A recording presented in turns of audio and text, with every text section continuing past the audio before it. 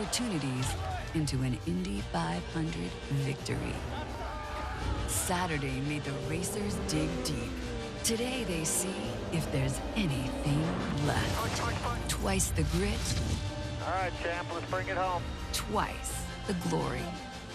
It's time for the Detroit Grand Prix. It's time to go to work.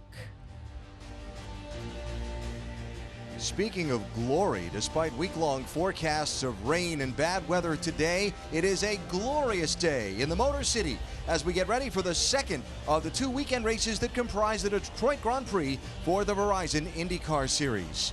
You look at the spectacular conditions as the field is gridded. We look back now on race one from yesterday.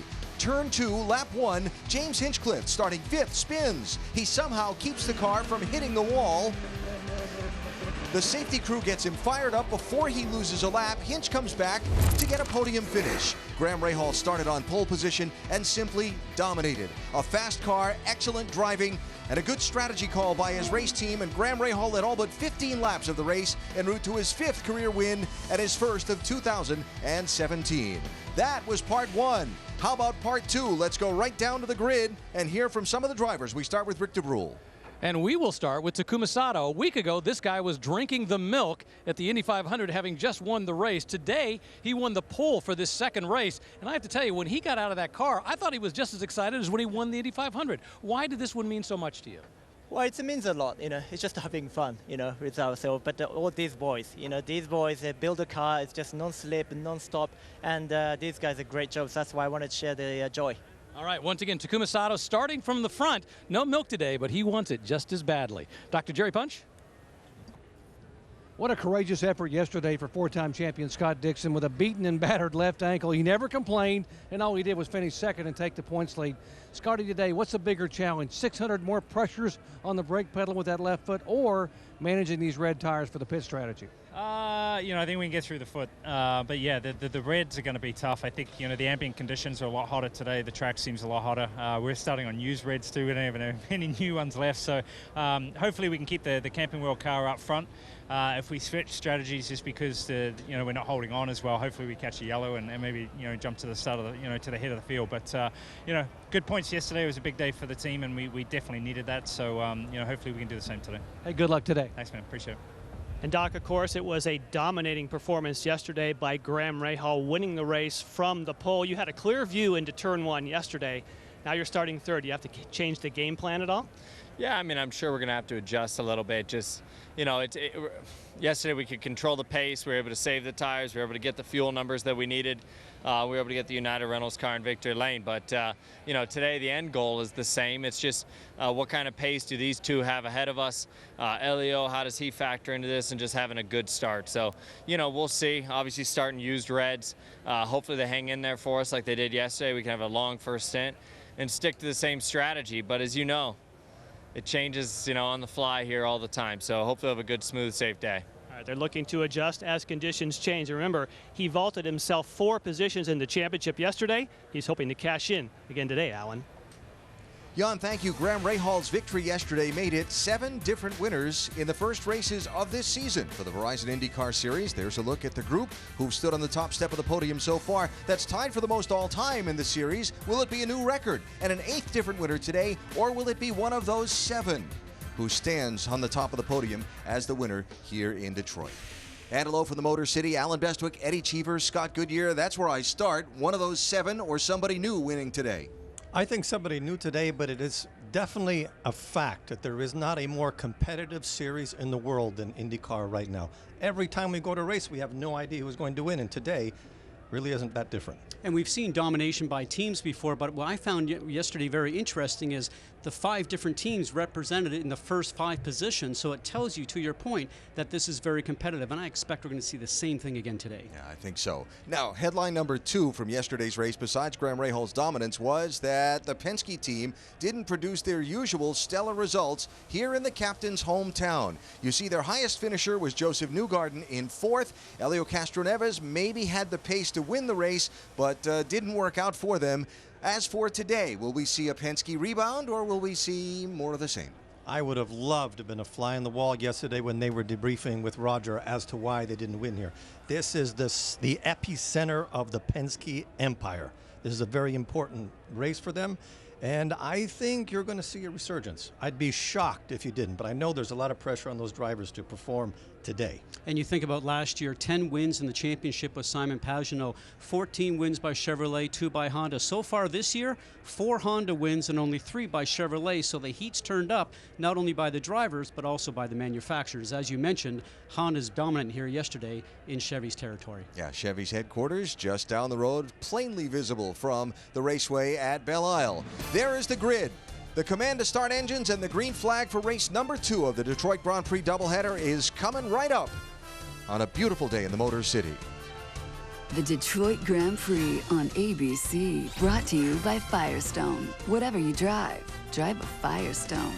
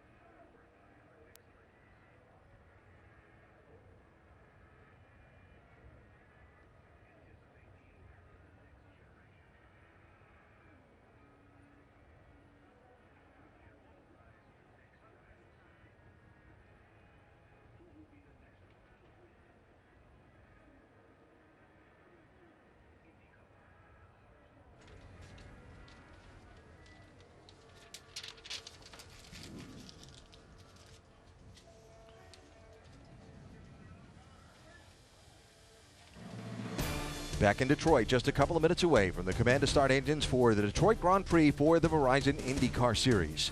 We're always looking at new fine new views for you in these telecasts. Of course, Visor Cam made its debut this year and perhaps gave us its best example of just what the driver sees and feels yesterday when Graham Rahal carried it for us in the Detroit Grand Prix. The bumps, the movements, everything that went about it during the course of the race on Saturday really displayed beautifully from this new view.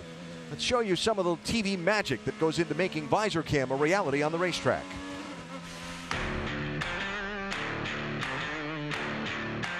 The Verizon IndyCar Series, Indianapolis Motor Speedway, always been leaders in technology and innovation, and this is the next step of that. For the first time, we're going to take the viewer at home and show them from the driver's perspective what it looks like to dive into Turn 1 at Indy, flat out at 235 miles per hour.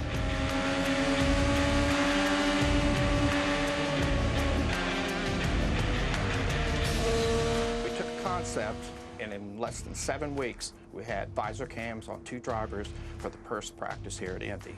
The in-car camera itself is nothing new, but what this will do is take a different angle and perspective of what it feels like to be a driver in the Verizon IndyCar Series. You know, we've always had the roll hoop camera, which is just above the driver, but it's not the actual driver's view, and that's what people want to see.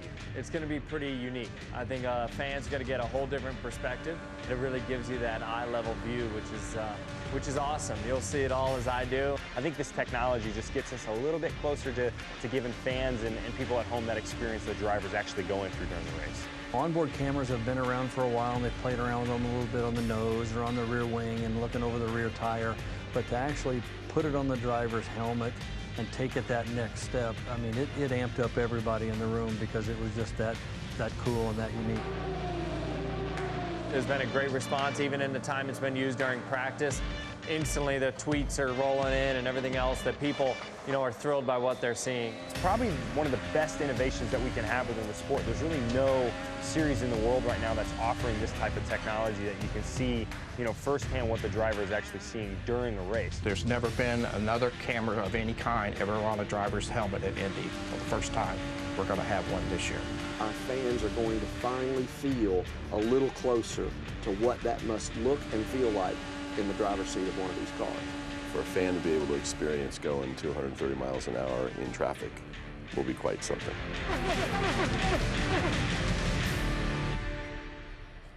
Well, it was quite something last week in Indy. It was quite something yesterday, and Graham Rahal will wear visor cam for us again today here in Detroit. So yesterday, the top 2 finishers made 2 pit stops during the race. The next 2 made 3 pit stops. Jan Beekes, what are we going to see today? Well, one of the things you see, Alan, in race number 2, historically, the teams tend to gravitate to that 2-stop strategy. The theory is there's more rubber on the racetrack so you can manage your tire wear, but the 3-stop strategy is still alive. The reason being, most of these teams know if you want to make major gains, the one way to do it, try a 3-stop strategy and do the opposite of your competition. Alan? All right, Jan, it really will be interesting to see. You heard Scott Dixon a minute ago talk about warmer conditions today. A lot of the teams starting on used of the softer red tires because of the tire allotments in a weekend have already been met. And this hot and greasy track that Scott talked about really accelerates the problem you have with the tires here, because remember, it's a bumpy street course. It's not a purpose-built racetrack, so there's not a whole lot of grip here anyways. You're driving over the crown in the road. You're also driving over manhole covers. Not a whole lot of grip here for these drivers to contend with today. So a lot of things to think about, a lot of things to keep track of during the race. It's part of what makes this particular event, the Detroit Grand Prix, so unpredictable. Sometimes it works out, sometimes it doesn't. A record for fewest number of caution laps in yesterday's race. Will we see the same again today? And if not, how does it impact who winds up holding the winner's trophy? Time to get the race started. Trackside now, General Motors dignitaries are gathered to get it underway. Race fans, it's time for those most famous words in motorsports. Please welcome Vice President, Global Integrity and Global Product Safety, General Motors, Ken Morris. Drivers, start your engines!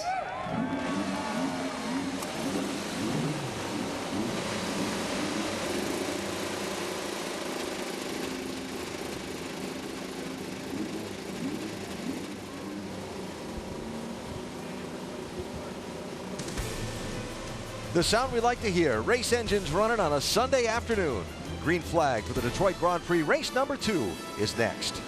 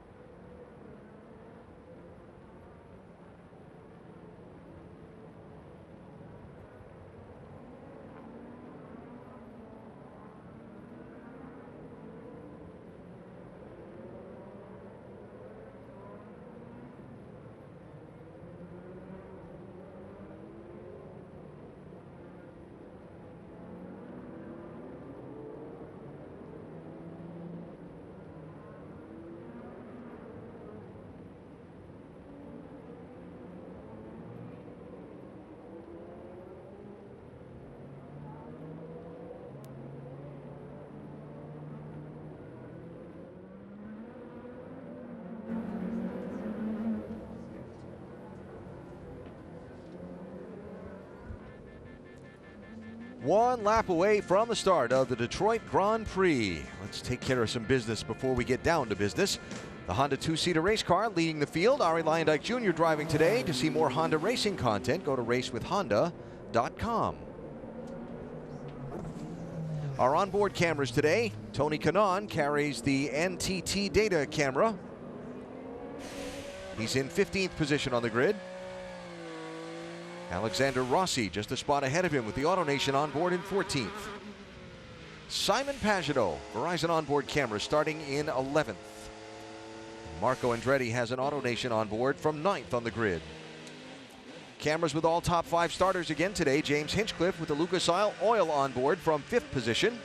Same spot he started yesterday when he finished 3rd. Elio Castroneves has a Verizon onboard from 4th position. Yesterday's winner, Graham Rahal, with the turnsfortroops.com camera, starting 3rd. Ryan Hunter-Reay qualified on the front row. AutoNation on board, starting on the outside pole. And pole position goes to the Indianapolis 500 winner, Takuma Sato, who has a Honda on board. Rick DeBrule.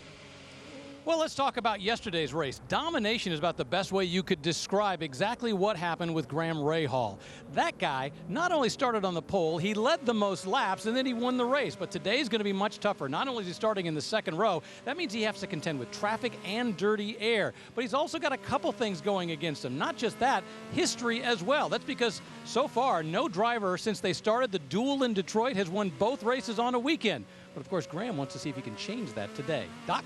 Yeah, what a difference a day makes for Ryan Hunter-Reay. Yesterday started 12th, didn't like the pace and balance of the car, had a 3 pit stop strategy, but every time he came out, he was mired in heavy traffic, ended up finishing 13th. Today, as you just heard, starting on the front row, best start of the year. He said in just a few laps of qualifying, liked the balance of the car much better. Expect a 2-stop strategy today. That's what worked yesterday for Graham Rahal to win the race. Alan? Okay, Doc, broadcast commentary available in Spanish by activating your SAP button, presented by ESPN Deportes. 70 laps around the 14 turn. Raceway at Belle Isle course. Takuma Sato, 26, your pole sitter, leading the field down to the start.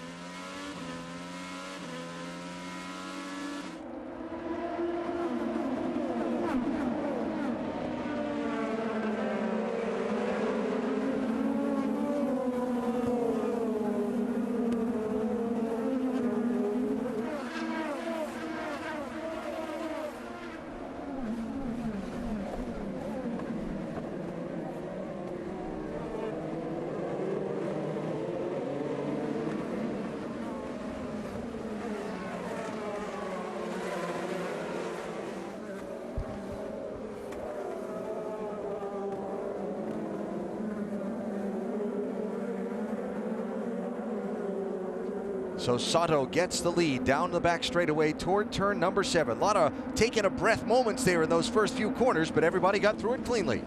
A lot of jockeying going on, especially in the back section. You know, we always say starts and restarts, gain positions, it's great. Remember, cold tires right now on this bumpy circuit. I think the drivers did a great job, Eddie, by no body contact, because that's a tough deal to get through on the first lap. I agree, but they had to work with each other, and they did, and it was by far and away the fastest traffic jam I've seen in a while. So right about now, they're starting to hit their pace. The car is warming up. They're getting that first race out of their system, and they have to start grinding at these next 69 laps. Don't forget, everybody did a race yesterday, Scott, and they're tired. And you and I were talking about that in the drive back to the hotel last night. When we came here, we only did 1 race on this bumpy circuit. It generally took you a week just to recover to the next weekend before you raced again. And we talked about it yesterday also. These guys, 2 races in a row, very difficult to do. Alexander Rossi having a peek on his teammate, 27, Marco Andretti.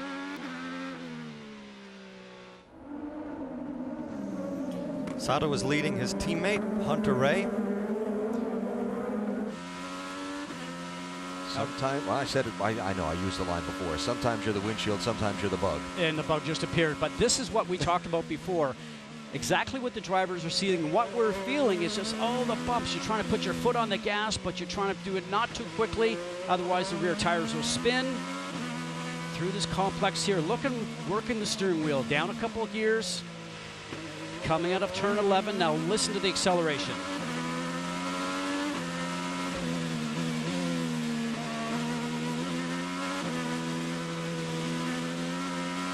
It's 11, 12, up to 14, 165 miles an hour here sometimes.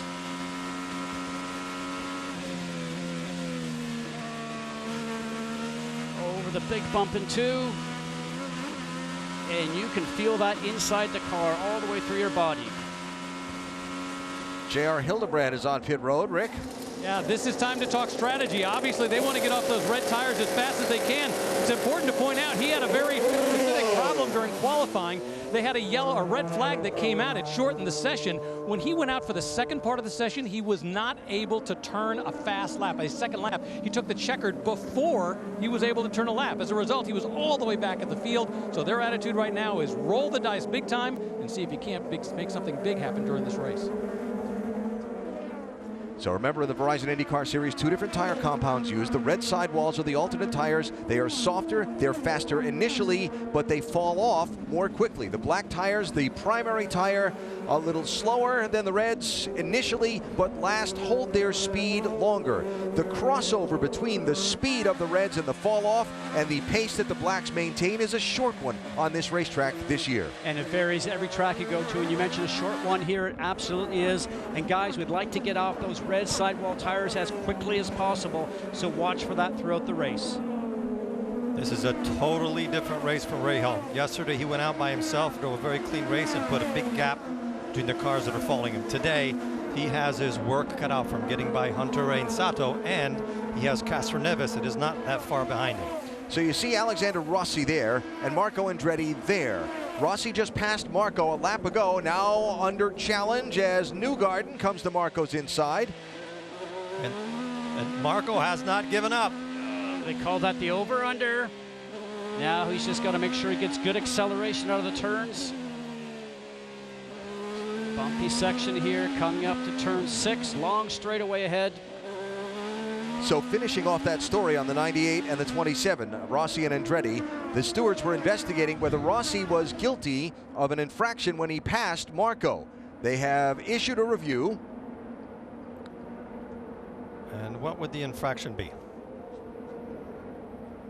Oh, defending. Yes, he defended into the next corner.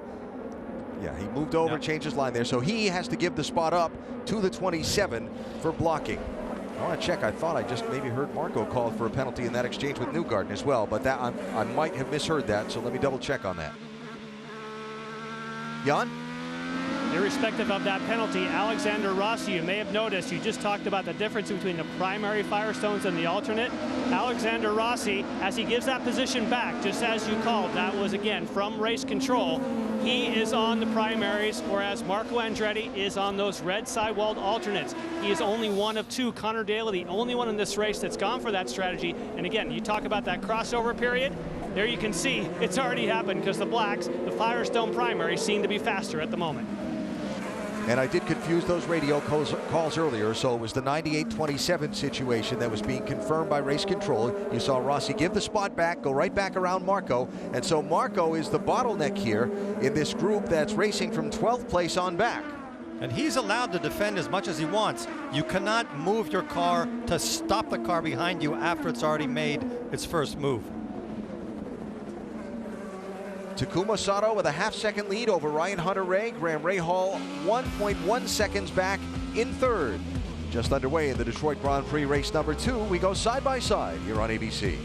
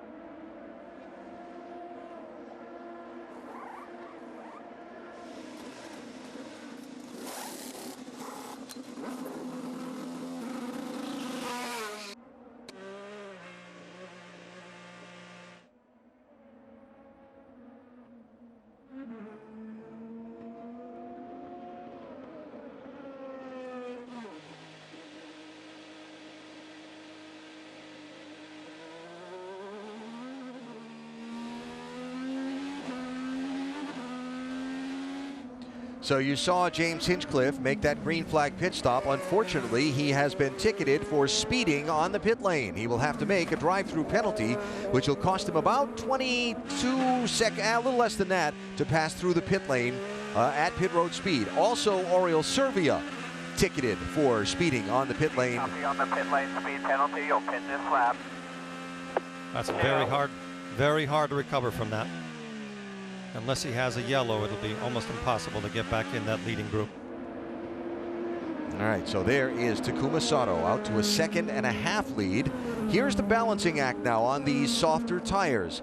Maintaining pace.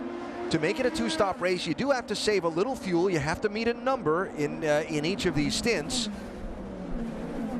And like we saw Graham Rahal do yesterday, try and put a gap on the rest of them if you can, in case the caution comes out and the strategy doesn't fall in your favor. When you're out front and you're driving by yourself, you're able to be smooth and calculated with your steering wheel and the throttle and the brake pedal.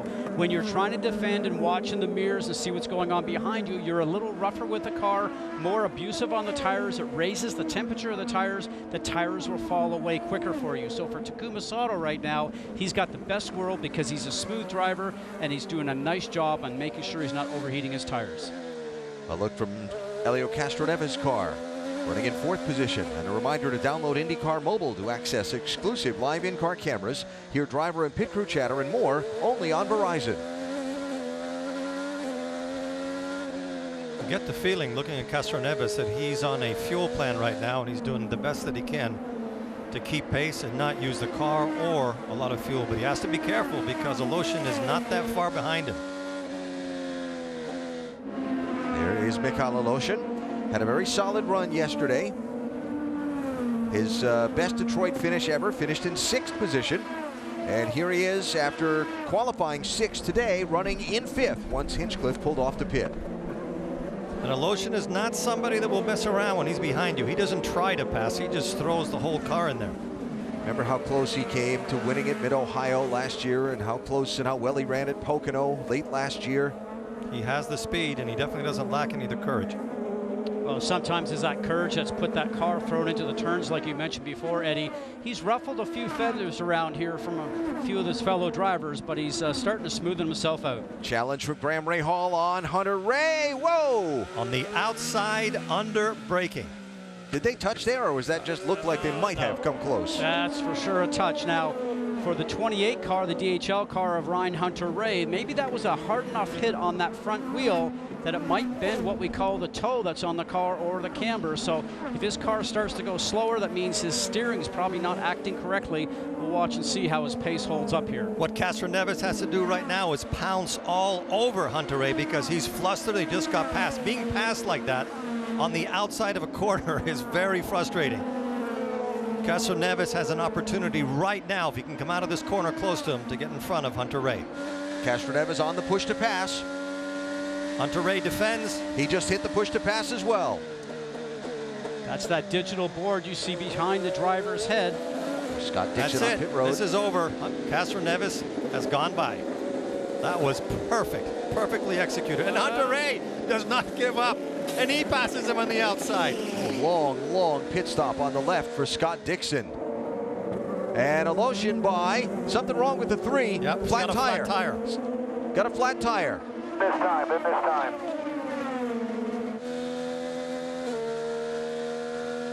You saw him on the steering wheel there, turning his fuel trim, and there's some more battling going on. Will Power through Aloshin.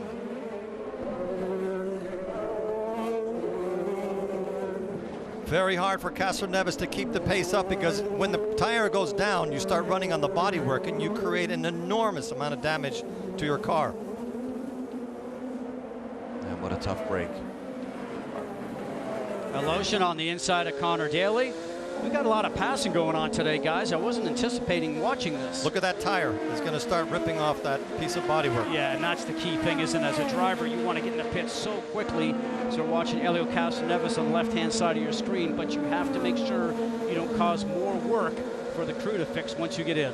Yeah, but you can't lollygog. Here he comes to the entrance of pit road. Will Power's car, right side of the screen, seems to have come alive through all of this scramble lately. Here he is working Hunter Ray for third, while Castroneves comes to the attention of the Penske team, Doc. Must have had a puncture or something. They started this race on red tires and only had one lap, and that was just one lap of qualifying, but that left rear tire is gone. They were trying to save fuel to make it on a two-stop strategy. Not going to happen now. 4 tires. It'll be 2 more stops for Elio for today. All right, Doc, there goes power by Hunter Ray. Back to the Castroneves situation and what led to the problem.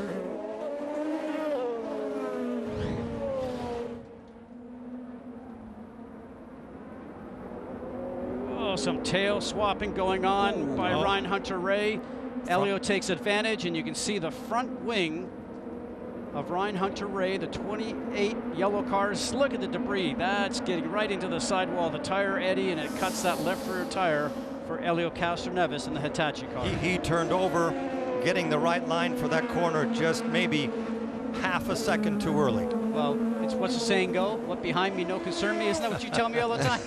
That's the Italian so that's rule. what he was thinking. That's the Italian rule of driving. I have so corrupted you guys with that line from that old movie. Aloshin working on Hunter Ray. More contact. Hunter Ray is struggling with the balance of his car. Remember, he had that contact earlier I mentioned. Is the alignment out on the car now? That might be a possibility. Hunter Ray desperately needs a yellow right now to change tires. And another car goes by him. That's Pagenaud. Rossi there, looking outside. And Rossi passes him on the outside also. Well, he makes sure he makes room for his teammate not to collide. That was a smart move by the experienced Ryan Hunter-Reay. Oh, you can really sense his frustration right now. Yeah, look how the car's getting into the middle of the turn, Eddie. It's waddling into the turn, you know, when it really moves around underneath you, so he's having difficulty getting the car to the center of the turn, the apex. Hunter Ray's team has tires out in the pit lane. Yeah, he's in the pits.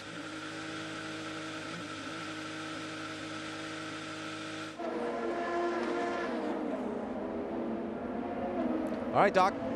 It's kind of a year that Hunter Ray has had 3 DNFs, basically complained that they're going to put some front wing in it, by the way. He also had a significant understeer. They're going to change the front wing. Changing all 4 tires. Here comes the backup front wing after you saw the contact there with Elio Castroneves, trying to get it bolted in. Just the kind of year Hunter Ray has had 3 DNFs, including an engine loss at Indianapolis after leading 28 laps. Well, yesterday's race was dominated by Graham Rahal and maybe didn't have a whole lot of headlines to write down. We've had a whole page full of them already in the early laps of this one. We're back after this from your ABC station.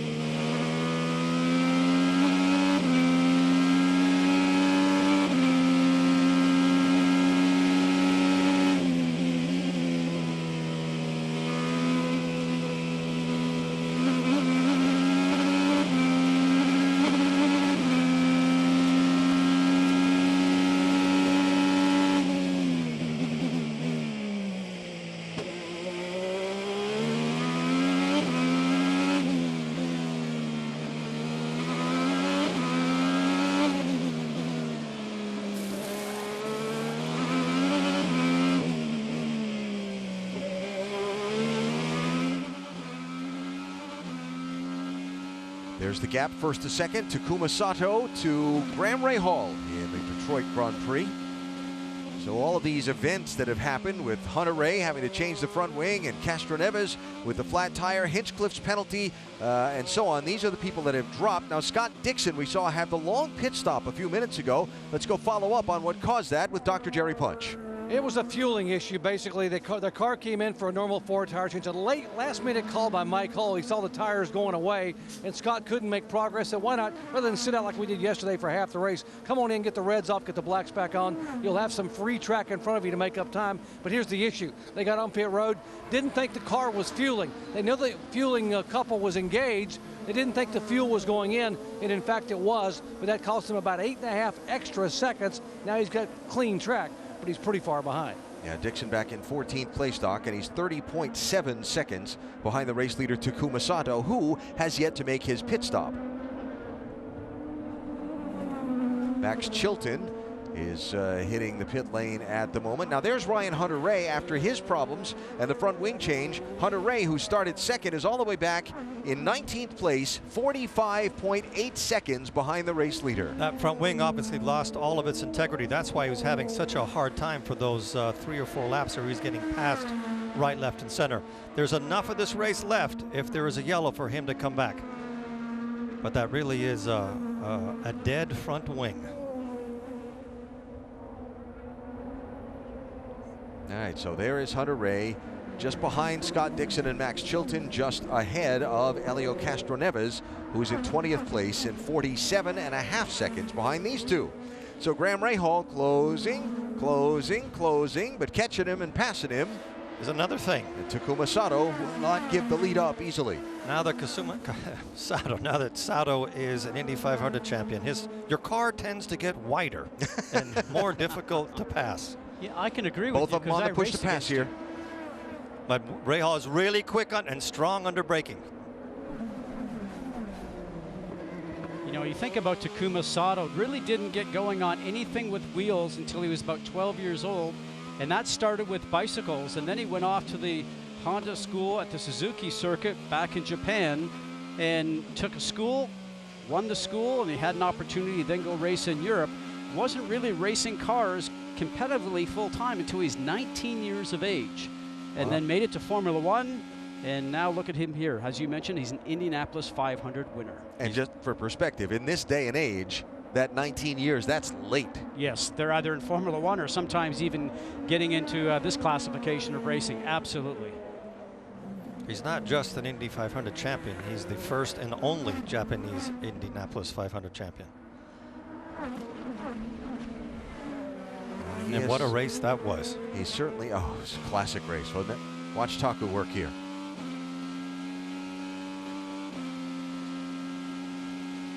We've only done 16 laps. Oh, you know, we talk about those red tires losing grip. Look at him work that wheel. He's fighting the car, guys, right now. Not a whole lot of grip there, but he's trying to get to a point where he can make it all the way to his first fuel stop.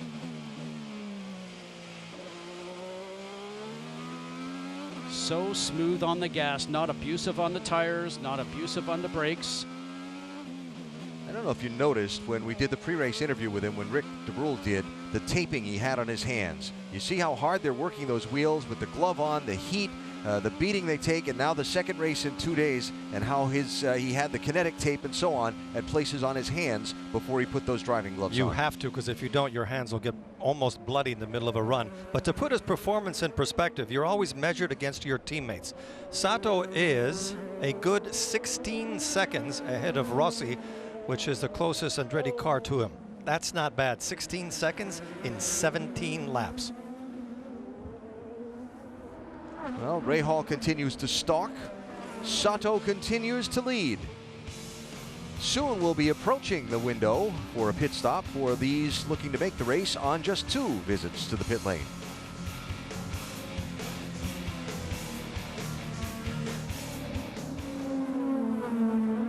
Great.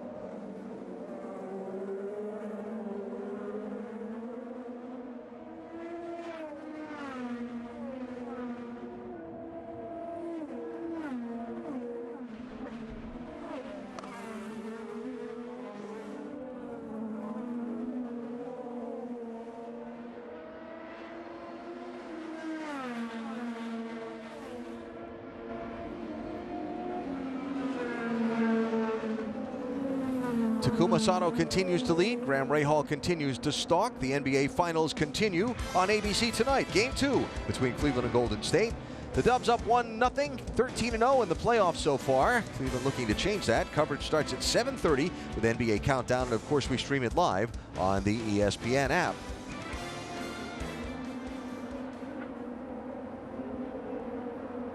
Fun stuff. All right, the lead duo has been joined by a third. Will Power is chasing him down. Tires good for about 10 more. I'm pushing this hard on that thing. I don't know. Gotta let us know if you think those tires are going to hang on for 8 to 10 more laps. Now that was a little while ago, fishing out whether they were going to stick on the plan for the two-stop strategy or whether the handling of the car was going to go away. Well, his times obviously answer that because he's closed the gap. Yeah. Now Rahal is not just worrying about Sato. Rahal has to worry about Power. But I'd like to add on that Will Power radio, though, Eddie, and you know this, you turn around and say, you know, you have 10 more laps to go and say the tires are going in, the tires are going away, I need to come in, and they'll just say, we can't come in, you need another 8 or 10 laps. So they're asking him just for information, but I don't think they'd call him in. They would just make him work harder. I think, well, again, that radio was from a little bit earlier, so they were at the decision point. This is it. We either stop now or we're going for the two-stop strategy, period. So now Power makes this a three-way fight for the race lead. The highest running car that has stopped already is Joseph Newgarden, who just moved up to 8th position. Newgarden pitting at the same time Scott Dixon did back at lap 9, and we had all that other stuff going on the screen. There is Rossi passing Aloshin and Charlie Kimball right there.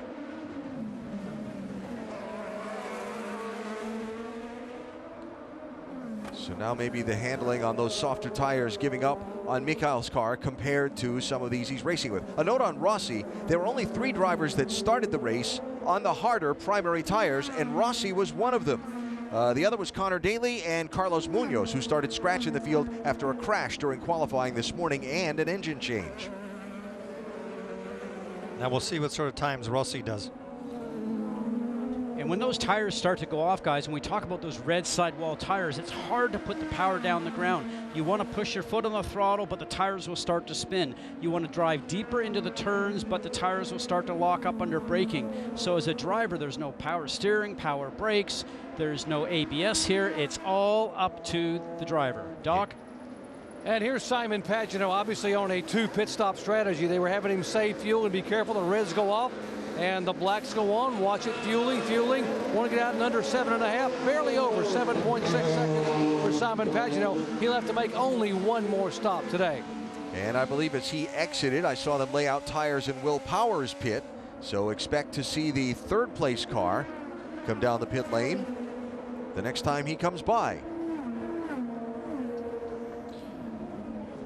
For all the teams that were counting on an early yellow, they're going to start paying a negative price for that decision.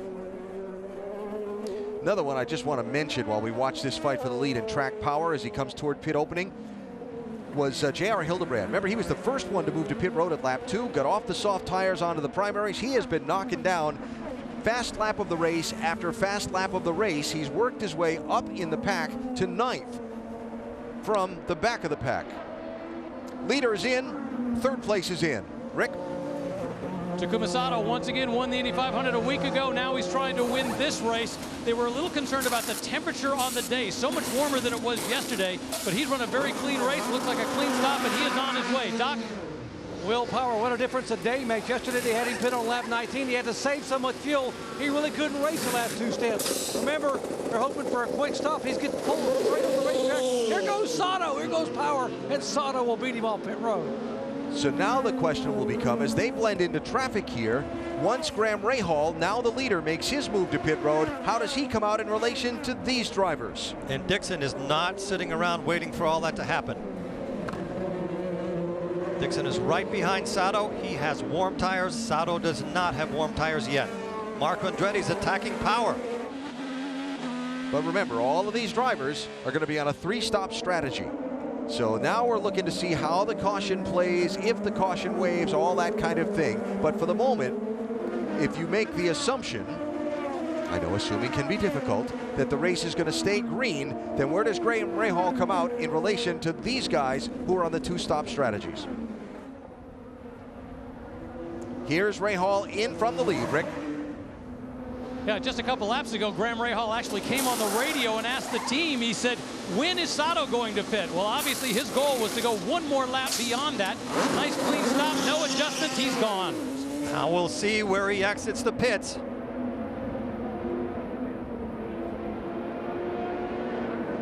Sato is coming down toward the front stretch. He'll enter the picture from your right. Here they come. Looks like Rahal is going to get away ahead of them. And I also believe that Rahal was using some of his push to pass on that in lap to give himself a bit more of a gap to Sato. Smart move by the team and by Graham Rahal. That's a big gap that Rahal has. That's a swing. Joseph Newgarden leads the race. Now Graham Rahal is second, Sato third, Dixon fourth, Power fifth. And again, Newgarden will be on the three-stop strategy. But he's only 4.3 seconds ahead of Rahal.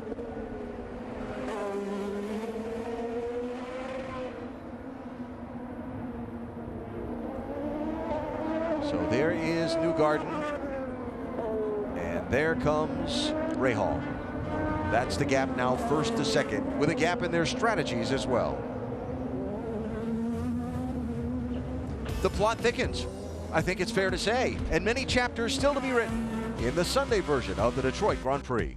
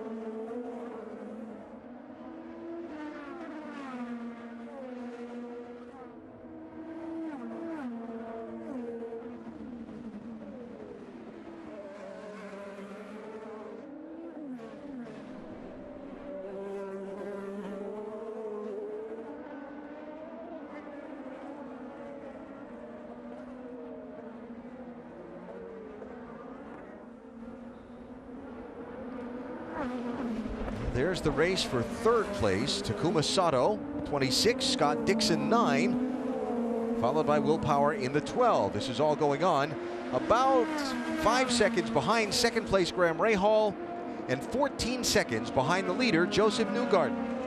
Now, Newgarden's mission at this point is to push, push, push, push, and build as big of a lead as he can on these guys like Rahal and Sato, who are on the two-stop strategy. And to hope, hope, hope, hope that a yellow comes out. How about Newgarden, Doc? Well, as we all know, he has to make 2 more stops. And as you guys mentioned, he could come anytime now and make 1 final stop later. But why come now? Because what you want here at Detroit is a free racetrack, clean air in front, so you can just hustle the car and pull away. By the way, when he finished 4th yesterday, the team said for the first time, by the way, the newest driver for Penske, for the first time ever, they finally found what this young man wants in a car. He couldn't have been happier yesterday. Yeah, he won Barber, but he had nothing for Will Power. Now he may have found exactly the recipe he needs, quick race car, and that strategy right now may help him get a shot at winning today. The essence of racing is going fast, and right now Newgarden is almost 2 seconds quicker than anybody else. He's doing laps just did a lap in 14.95, and Rahal, that is running second, just did a lap in 16.5. That is blindingly fast. So there's Newgarden. Whistle a tune, wait. And then you'll see second place. That's a long tune. Rahal, the second car on the screen. That's Oriol Serbia, his teammate, just in front of them. Serbia just off the pit lane. So the gap now between Newgarden in a Penske and Rahal is 10.8. And we have a Chevy leading the race here at Detroit. And more of the 3 stoppers cycling through. Hinchcliffe, Ed Jones, Max Chilton on the pit lane here, while we watch Newgarden hammer around.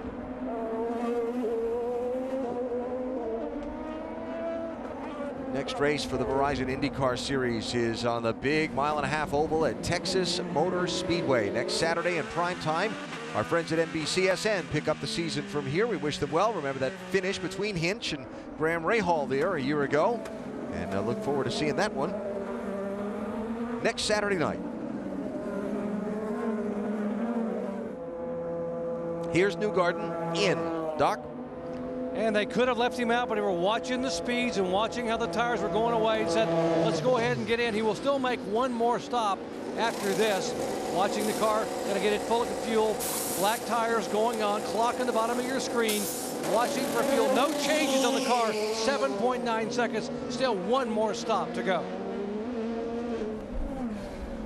So there is Newgarden cycling off the pit lane. Dixon's in, Doc. Remember the first stop they had, the 15.5-second stop because of fueling. Not this time. Great stop, 7.2 seconds, 4 tires, no adjustments, and they got it full of fuel. You can see how they come out of pit lane, have to blend onto the racetrack. Drivers have a warning light there that they look at on pit exit that flashes to let them know if traffic is coming. Scott Dixon would not have seen that light that time because there was no traffic, so he got it cleanly. So yesterday's winner, Graham Rahal, started on pole, led all but 15 laps. Today he started in row number 2 and has now cycled his way to the front after Takuma Sato led the opening segment of this race. After the exchange of pit stops, Rahal's team got him out ahead of the pack. We're back to Detroit after this from your ABC station.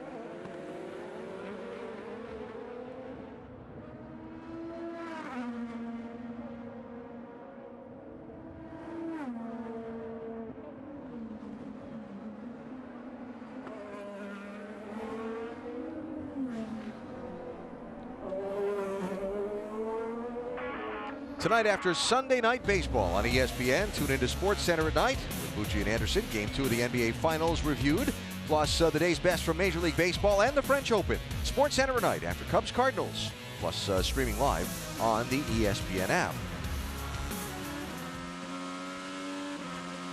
Closing in on the midway point of the Sunday edition of the Detroit Grand Prix. Let's go up to speed. Rick DeBrule is covering the leader today, Graham Rahal.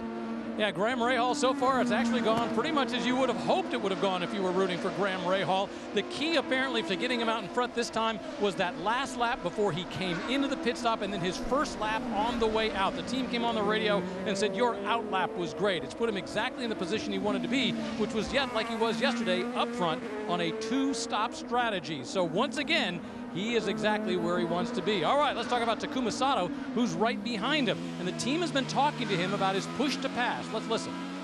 Rahal has 108 of push to pass. You're 91 right now, so we'll conserve for a little while. And the point being, they don't want him to use too much so that he does get the opportunity to battle Graham Rahal. He'll be in a good situation not having lost too much. The main thing is yesterday they felt they blew the strategy by bringing him in for 3 stops. Today, they want to work really hard to stay on that 2-stop strategy. Doc? And behind them is a 12 car, Will Power, who won this race a year ago. Yesterday, they apologized to Will Power. Talk about strategy. They brought him in on lap 19, and he had to save so much fuel in the second stint, and he barely made it in the final stint and was a sitting duck. He finished 18th. Not going to happen today. Power on a 2-stop strategy has a good car, will make one more stop around lap 47. Now behind him, Simon Pagenaud. Yesterday, he finished 16th. They didn't feel like they had a good race car balance-wise. We're stuck in traffic. Kyle Moyer says we're going to go 2 stops. We're going to save fuel. We're going to make it, but they pitted on lap 22, so they're having to be a little careful on the fuel here in terms of this step, but they will make one more stop and have a good race car for the final run. Behind them, how about Joseph Newgarden? What a rocket ship he has had today. They finally said they found the ingredients, the kind of car he likes to drive. Yesterday, at the end of the race, he was ecstatic. He said, if I'd had a few more laps, I might have had a shot to win the race. Today, he's already made 1 stop. He will make 1 more only, feeling like he's got a very good race car right now running 5th. Jan.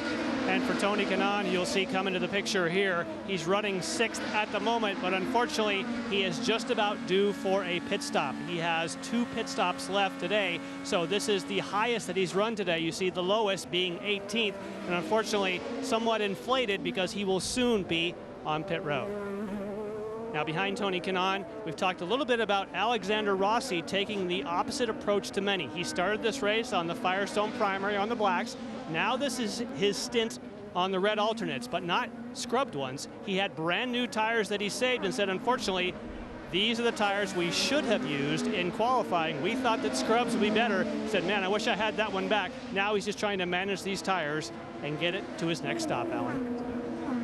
All right, Jan, so this has been kind of interesting here. Mikhail Aloshin is obviously struggling with his car a little bit. That's Ed Jones in the 19. The 21 J.R. Hildebrand going at it pretty hard. Flat. Contact and a flat right front. And I think I saw the front wing on Ed Jones's car actually just dragging on the ground a little bit. There we go. These front wings are like knives with those tires.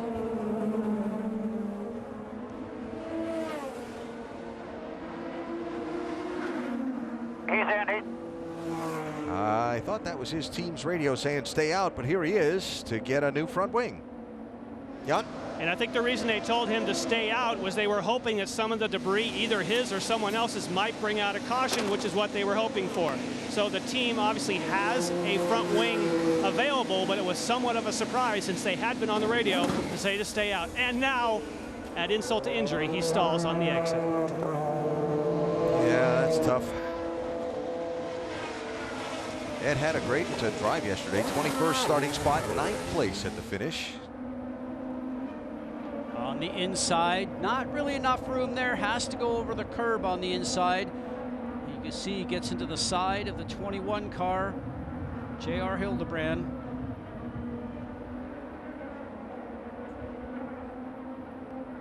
You can see the front wing on the 19 just dragging, and the flat tire on the 21.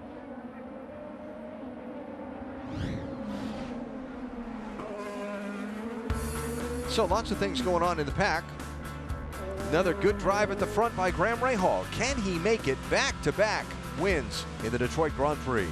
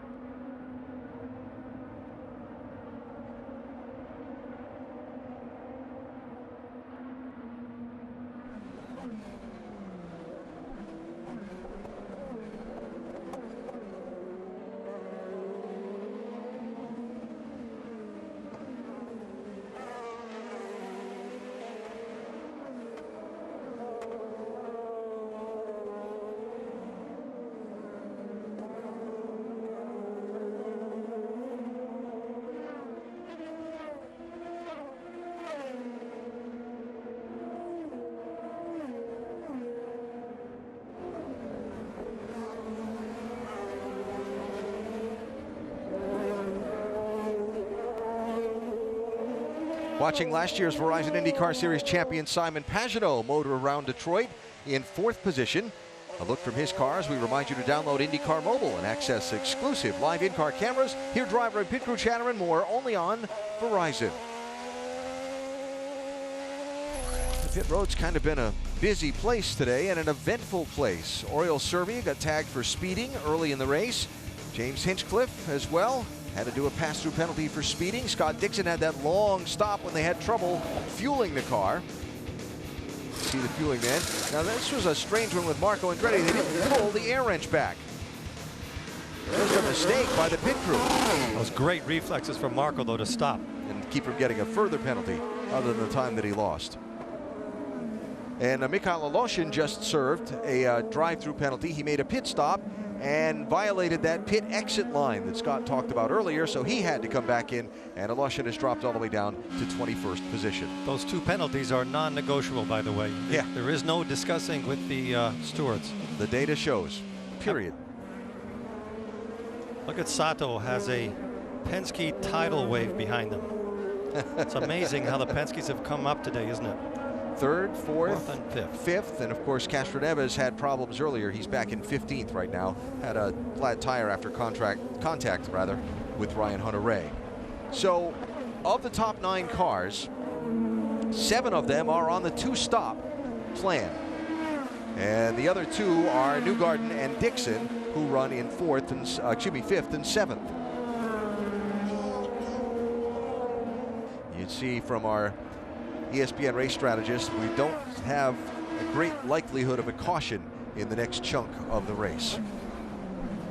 These are the kinds of things that the engineers grind on, the numbers from the race history and so on. They update them constantly, and it's that constantly ticking clock on the race strategy calls that have to be filtered through every single moment of every single race. And right now, Rahal has a 14.3 second lead on Sato. And I want to go back to that pit stop that he made. The only pit stop that he's made in the race so far, that was at lap 24, and it was lightning. I mean, his in-lap, his out-lap, the pit stop got him the jump over Sato in the line. And you just mentioned the gap that he's got back now to Sato as, was that Castroneves and Marco Andretti. This is pretty deep in the field. Now here's Marco's, he does this move every time somebody tries to pass him. Oh, and whoa, whoa, that whoa. might cost him something.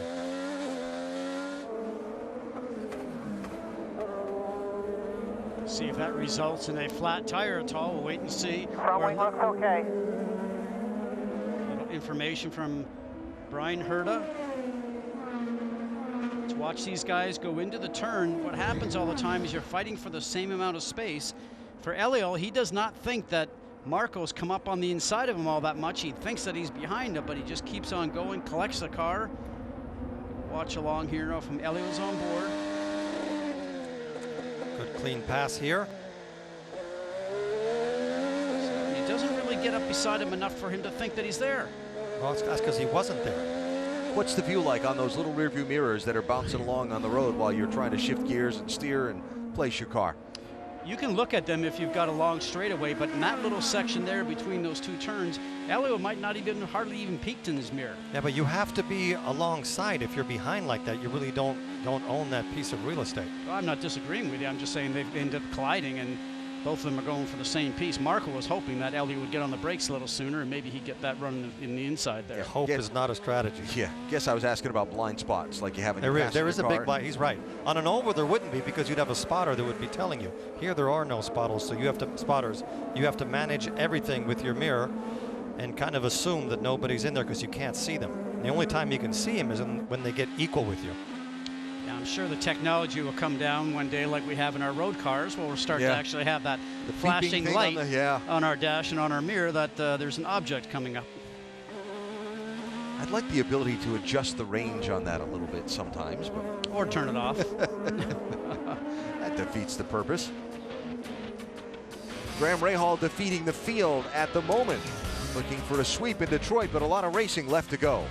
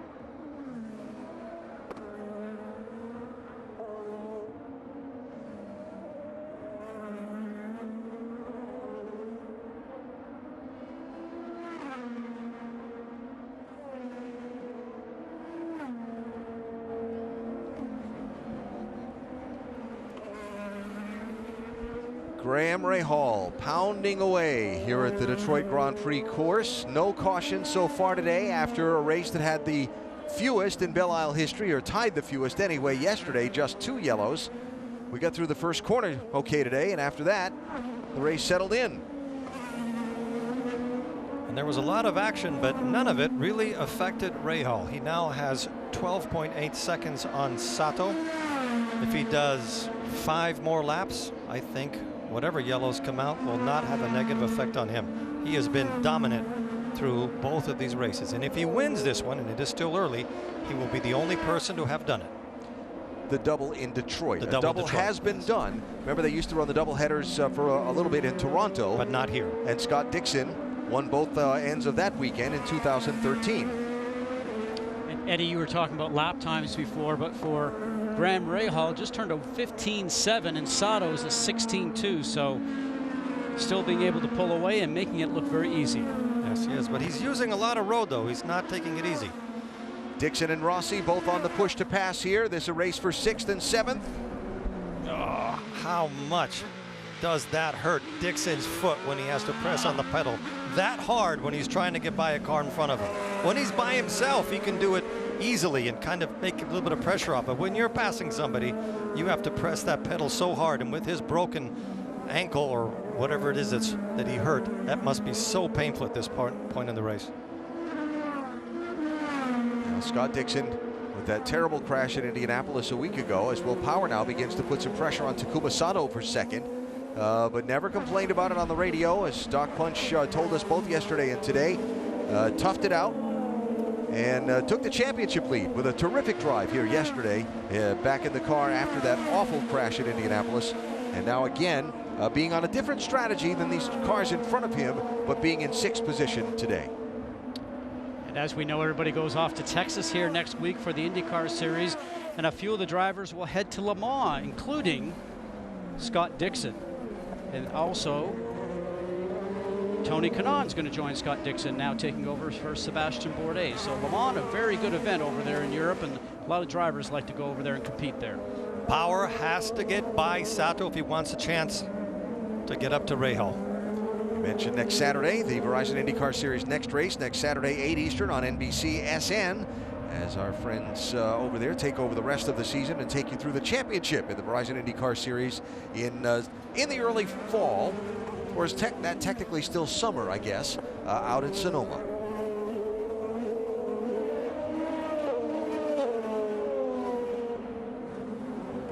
So this for 2nd, 3rd, 4th, and 5th. Again, 15, almost 16 seconds behind Graham Rahal as they close in on that pit window for the race leader. This radio transmission a minute ago. We have about 4 or 5 laps to go. We want to push to get ahead of some of these back marks that you have come out in front of. So there's technology in the IndyCar Series, and all the teams have the feed where every car is tracked on a map around the racetrack. Here's Pagenaud in. More on that in a minute. Doc?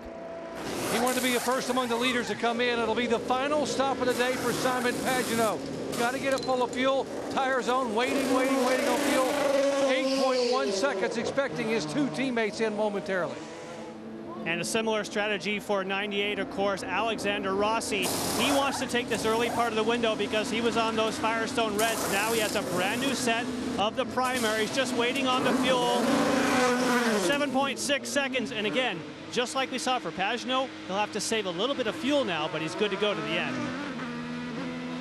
All right, John, Graham Rahal will be coming to the opening of the pit lane here in just seconds. Do they call him in now? Do they leave him out for another lap or two? Pit stop now for the leader. Rick? Graham Rahal, this is what he's been hoping for. He was able to get out front, as you mentioned with the radio transmission just a moment ago. The goal was to run as hard as they possibly could during that lap because they're planning for when he comes out. Once again, a nice clean pit stop, and they are out. Car 26, Takuma Sato comes in. Their plan is to put a little bit of turn in the front wing, just give a little bit more downforce. Hopefully it'll be a nice clean stop there. You see him lean over, make the adjustment on the wing, both sides. Well, they didn't get to the outside, 7.9 seconds. Doc? And here's Will Power for his final stop. We'll watch and see if they do a front wing change. They talked about an understeer a little bit, which means the back of the car was loose. Air pressure change, get it full of fuel. No wing change, he's away. Just under 8. How about that? Power ahead of Sato on the exchange of the pit stop. These out laps are so important on this last stint. You've got to get everything you can out of your car.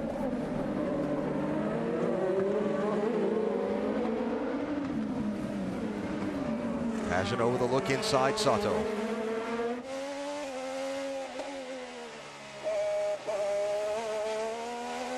Coming up to turn 6, very important. If you can get a good drive off this turn, get a draft going down the stretch. So there's your leader, Joseph Newgarden, still needing to make the last pit stop. Do we see Newgarden in here?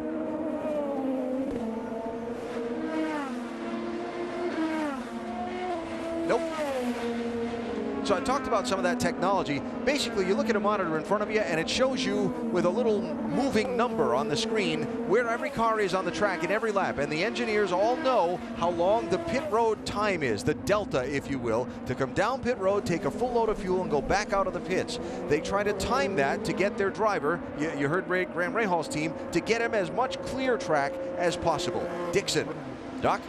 Final pit stop for yesterday's runner-up, Scott Dixon. Remember, they had the fuel issue on the very first stop of the day. Cost them an extra 8.5 seconds. Trying to get all the tires on, getting it full of fuel. Great stop for Dixon's crew. They made up for that first stop, 7 seconds even. Lightning fast stop.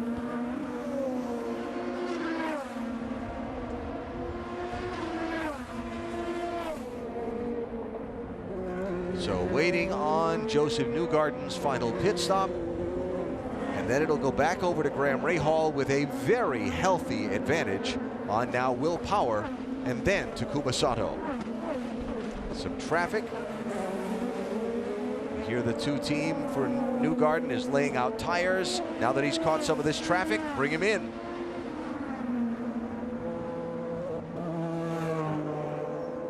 So Newgarden pits from the lead with 22 laps to go.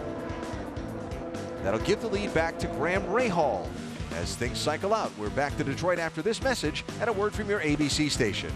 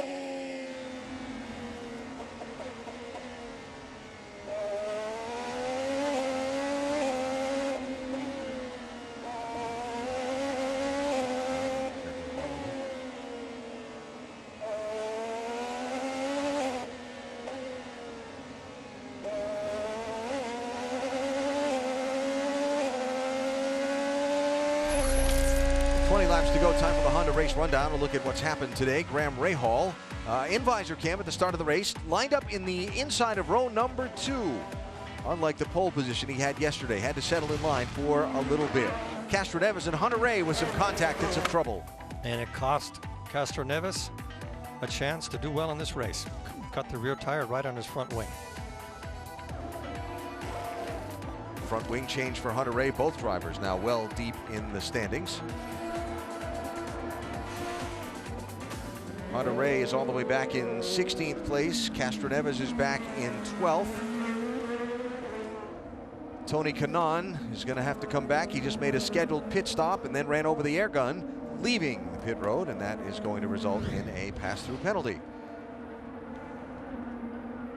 Oh, just a little too late grabbing that air hose. It's amazing how many times that happens in a year. Not to the same team, but all the teams. It's so tight on these pit stops to get out of it in a hurry. I'll tell you what I'm amazed by. When they make that tire change with the outside front, and then he throws the gun back, that those guns don't fail more than they do by just being thrown and landing on the concrete as often as they do. Well, Eddie, you owned a team, and you know how much maintenance goes into all the equipment there, but not only the race cars, but also things like the air guns, everything. And it's the good teams that have a proper service plan for all that sort of stuff, because anything that's weak on the team always exposes itself. So what a weekend for Graham Rahal in the works. He's about to lap Hunter Ray, who he was fighting with. The guy that he shared the front row with at the start of the race. Who had a good race here and who didn't? Yeah. Hunter Ray doesn't give him any room to get through. Hunter Ray is going to make my life difficult, and I don't know why. Well, Rick perhaps has that answer.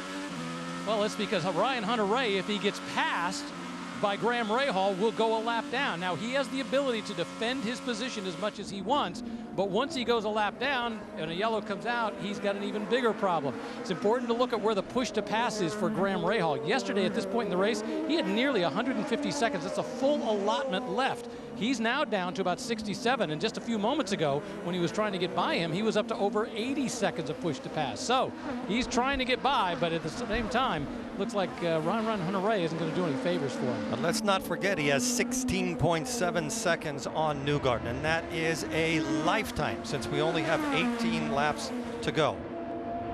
Provided we don't have a yellow flag. It's 17 laps now.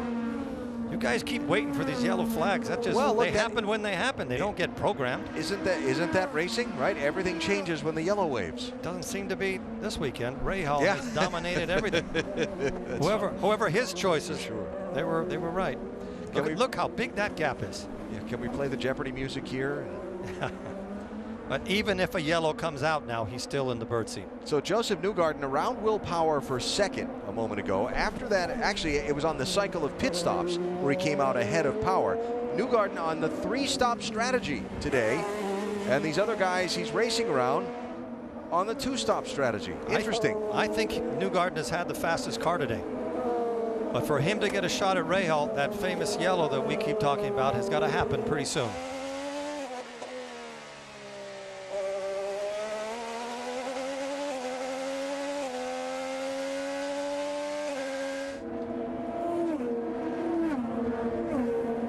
$17 laps to go. Pagenaud there running in 5th. You were just riding with him as he pursues Takuma Sato, the pole sitter today, for 4th. Graham Rahal is the leader here in the Detroit Grand Prix.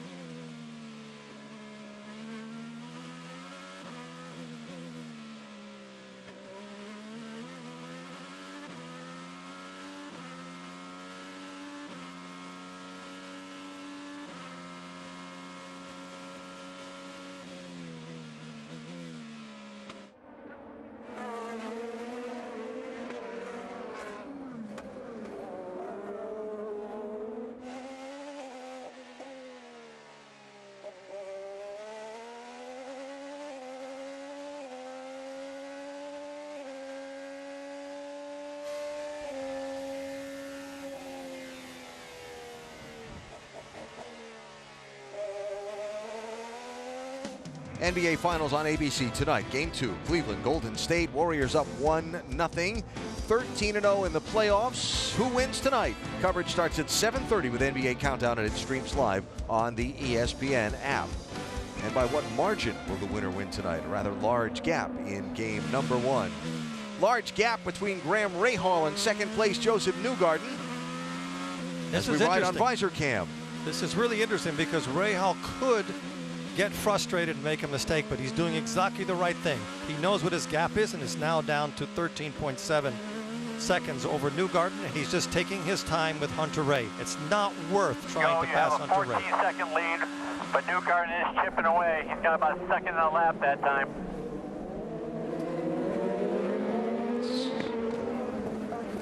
Simon Pagenaud dispensing of the now lap car of J.R. Hildebrand. Remember, had that flat tire earlier, did Hildebrand. Dixon trying to follow through and race Pagenaud for the 5th position. Dixon now behind Hildebrand and trying to get around him.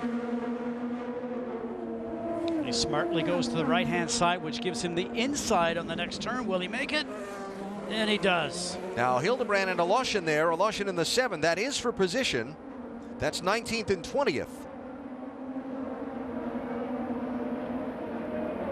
You see the red car Aloshin sticking his nose in areas where you really can't get the pass completed, so he'll have to have a rethink about this and make sure he can time his passes a little bit better. He's just telling him, hi, I'm back here. Let me through. Hey, just thinking back to that visor cam for a minute. You know, you're racing in an open top car. You've got the full face helmet on, but the windscreen, I know you've got tear-offs on there. But is there ever a point where you run out of tear-offs and start to get junk on it? I will tell you what is one of the nicest moments you have in a race is when you have gunk like that on your visor and you do have a tear-off and you open it up, your whole view of the racetrack changes dramatically. And when you run out of them, it's nasty. It's as nasty as that. And what you will do as a driver, you'll take your hand in the backside of your glove and try to clean the shield if you've run out of those visor strips. Sometimes it doesn't do a very good job. No, I remember when I first started this, I thought this, stuff's on the visor all the time. I was using those visor strips forever. And then halfway through, I realized I didn't have any more left. And I thought, this has got a special art to making sure that you don't use up too many too soon. Yeah, it's interesting. So we have 12 laps to go. Rahal has 12.2 seconds on Newgarden. And the last lap, he lost almost a second per lap in traffic behind Hunter Ray. As we ride on board right now with Graham Rahal, see how smooth his hands are. Yes, we're going over the bumps, but Eddie, we've been on onboards before with a few guys around here, and they are battling the steering wheel. This tells me how good this car is set up for Graham Rahal. Nice and smooth. I'd say his blood pressure is starting to get kind of high with Hunter Ray. There's a tear off on the visor. Looks like he's got one left floating around there with a tab to hook that finger into and give himself a clear view. That's nice.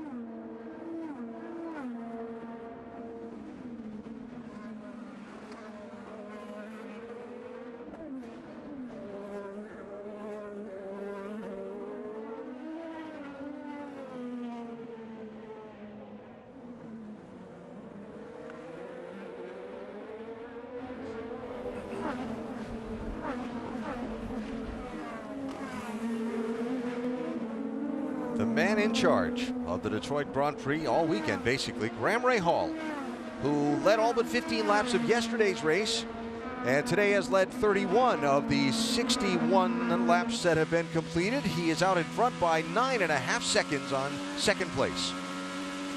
Yeah, I mean, it's been really hard to follow. Yeah, at this point, I think you just save your tires nice and easy. You got one car between you and Newgarden.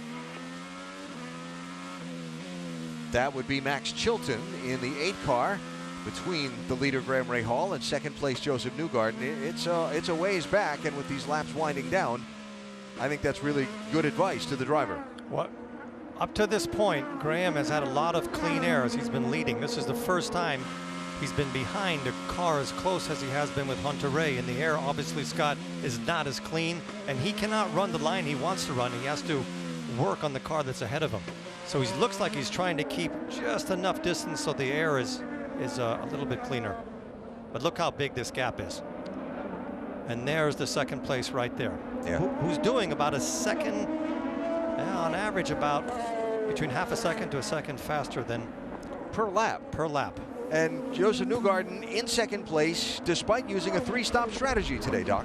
Exactly. Remember yesterday at the end of the race, when we were in commercial before he interviewed me, he said, you know what, I had the best car I've ever had the last 5 laps. He said, I was reeling in the front too. If we had 5 more laps to go, I might have been able to get there. He said, I hope I get that chance tomorrow, referring to today. Now they're telling him on the radio, you're gaining almost a second a lap. He's now 8.5 seconds back with 8 laps to go. They just told him a moment ago. That means on the white flag, you're going to be right there. Newgarden is charging as hard as he can go. It'll be interesting to keep an eye on the gap. You see, we have a car in the runoff in turn number 7. It is Ed Jones. Local yellow, turn 7. It's just a local yellow at the moment. Right now, Newgarden is hoping it is more than a local yellow. The car is facing forward. And IndyCar's flagging protocol is if the car is facing in race direction, then it's a local yellow. If the car is turned around, then it stays green, just a local yellow in the race. If the car is sideways, facing traffic, then it would be a more difficult situation. And you see that the safety team has a truck stationed in that corner, and they will be able to spin Ed Jones around. So when they have a waving yellow like that, the drivers have to slow down. How much is it, Scott? 15% roughly in that area.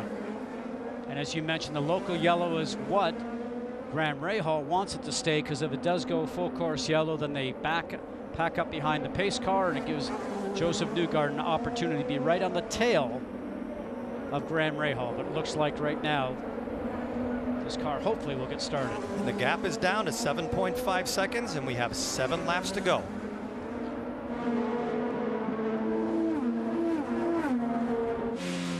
You have to know that Rahal is starting to get frustrated, but Hunter Ray is not going slow. He's running a very fast clip now. This is also the time in the race when you're getting close to the end, especially with 2 races on a weekend. Your body is just aching, your arms, your legs. And remember, like I said, no power steering, no power brakes in these cars. And for me, it was always my neck and the base of my skull just being pounded into the car around this racetrack all the time with as rough as it is. I wonder how close Rahal will let Newgarden get to him before he makes a serious attempt at passing Hunter Ray. 2 seconds, 3 seconds? Down to 6.7 now. 6 laps to go, 6.5 second lead. All right, turn 7 is clear. They were not able to get Ed Jones' car restarted, but they did pull it back behind the safety barrier, so we have a full green racetrack with now 6 laps to go. And Newgarden can see Rahal. That makes a big difference when you're chasing the car ahead of you. I think about 26-year-old Joseph Newgarden started karting just outside of Indianapolis at Newcastle Motorsport Park, a track that's owned by a past IndyCar racer, Mark Dismore. A lot of guys have come through that, including Connor Daly. Went through the karting, through the Road to Mazda program, and is a guy now that is living his dream by driving for Roger Penske, and I think weathering the pressure pretty well. There's the gap. Still 6 seconds, coming to 5 to go. You talked about at the beginning, Eddie, expecting Penske to rebound today. They've rebounded quite nicely. Second, third, fifth. Castroneves having problems earlier. He's running 11th, but still not at the top step of the podium. I think Penske only counts wins. But what a great race by Newgarden and Power. So Ryan Hunter-Reay has moved over and let Graham Rahal go. That is effectively, I hate to say it this early on, but the end of the race. Well, that's really just done because at one point in time, Ryan Hunter-Reay might need that from Graham Rahal in the future. So that's a very smart move. Yes. And let's emphasize that Hunter-Reay had the right to do that. He was not cutting him off. He was just running as fast as he could to try to not go down a lap. Here he moves out of the way and lets Rahal get on with his race. Now Rahal has another problem. That's Marco Andretti, I think, ahead of him. And let's hope Marco does exactly the same thing. Andretti back in 15th place.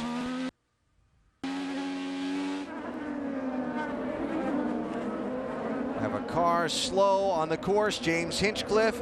He's on a straightaway. Caution is out. Full course yellow with 5 laps to go. Oh, we have a race. It wasn't an electrical problem. I mean, oh boy. So Graham Rahal smartly not pushing the car to try and get past Ryan Hunter-Reay, as his team told him, leave that gap there and just drive the car smoothly. So now the tires are still good on the car, a little fresher than it would have been if he had made a forceful pass past Ryan Hunter-Reay. But you know that Joseph Newgarden is going to have the knife between his teeth because he knows he doesn't have that many laps to go. So he can't be, he can only be super aggressive if he has a chance to get up there. And you have to assume that Hunter-Reay will let him go by. So there is the safety truck pulling up to Hinchcliffe's car. You see the pace car has picked up the field. Because we are where we are in the race, lap cars will be driven down the pit lane and lined up at the back of the field for a potential restart. They've got to get Hinch's car. Who's that? I'm told in that cloud of dust and smoke, that's Spencer Pigot. And indeed it is. He's on fire. And that could put the race, getting this race restarted, in jeopardy.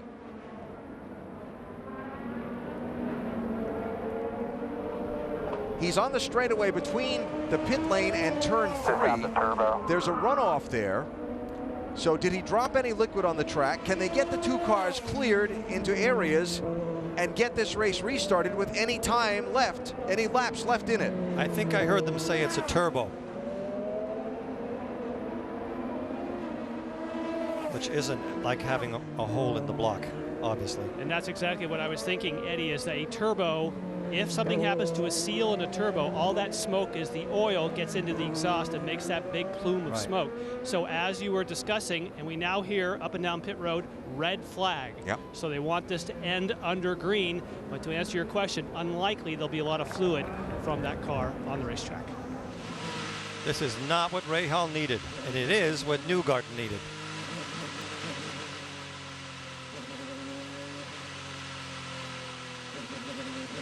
cool the brakes as much as you can. I know it's a little late to say that, but cool the brakes down to every bit you can.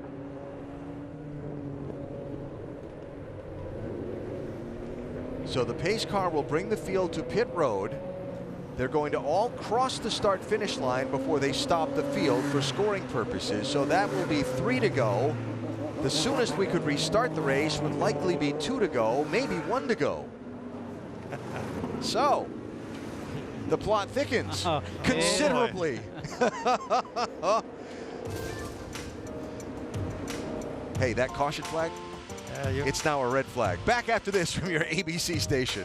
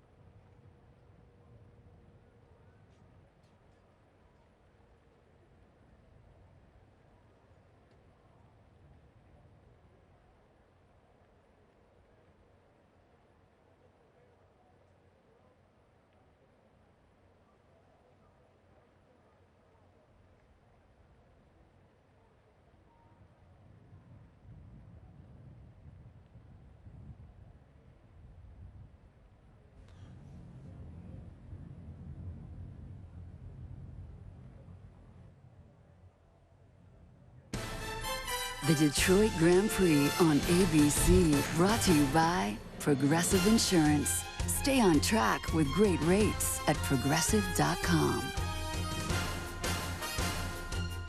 The field parked under the red flag here in the Detroit Grand Prix in the waning laps when both James Hinchcliffe and Spencer Pigot's cars had problems on the course. The situation facing Graham Rahal is this.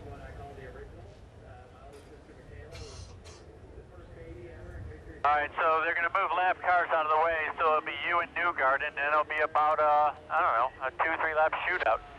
You have 60 seconds to push to pass. He has 36 seconds to push to pass. So, Graham has a little bit more weaponry there as far as defending ability, where that push-to-pass extra horsepower boost is concerned. So here's how we got under first, the full course yellow, and then the red flag. Listen to this.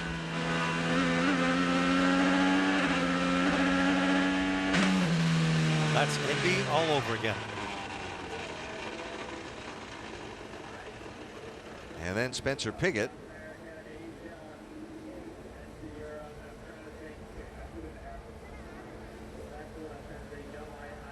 You heard Jan's description a minute ago of the turbo failure. And yeah, talk about putting up a smoke screen. Smoke screen for the drivers following off that corner. Goodness. Well, a little quiet on pit road at the moment, Rick. Well, we're standing down here in Graham Rahal's pit. Ricardo Nault is talking with his driver right now. All right, let's talk about this restart and what it's going to be like, because we saw Joseph Newgarden seem to be making a big run, but can your man hold him off at the restart? Yeah, Newgarden was making a big run, but he got stuck behind Sato for a while, and he didn't get away from him. You know, he wasn't able to pass him. I think we have the car. You know, it's going to be crazy. You know, we got a couple of Penske's behind us. They've been fast all year, but we've been fast this whole weekend. I think we have it. We'll see. Once again, very positive. He's seen what his driver can do out here, but again, on a restart, you never quite know how it's going to play out. Doc, what about your end? Let's check in with Tim Cindric. Tim, your guy reeling in Rahal by a second a lap, and now you're going to be right together with 1, maybe 2 to go. Does he have enough? You know, we'll find out. I think it's all about the restart, obviously, and with all the pickup on the tires and all that, I think everybody's going to be sliding around on this lap. So I think you'll see a lot of guys giving it a shot. So just depends on what kind of run we get here. They've already told Newgarden he has half the push to pass that the guy in front and the guy behind, Will Power, has. So he's going to have to try to attack and defend at the same time. All after they finish cleaning up. You see that the scene where Hinchcliffe's car had come to rest. So they're going to reposition the lap cars on the pit lane, so that might get us a 2-lap sprint to the checkered flag in the Detroit Grand Prix. Ooh, this is getting good.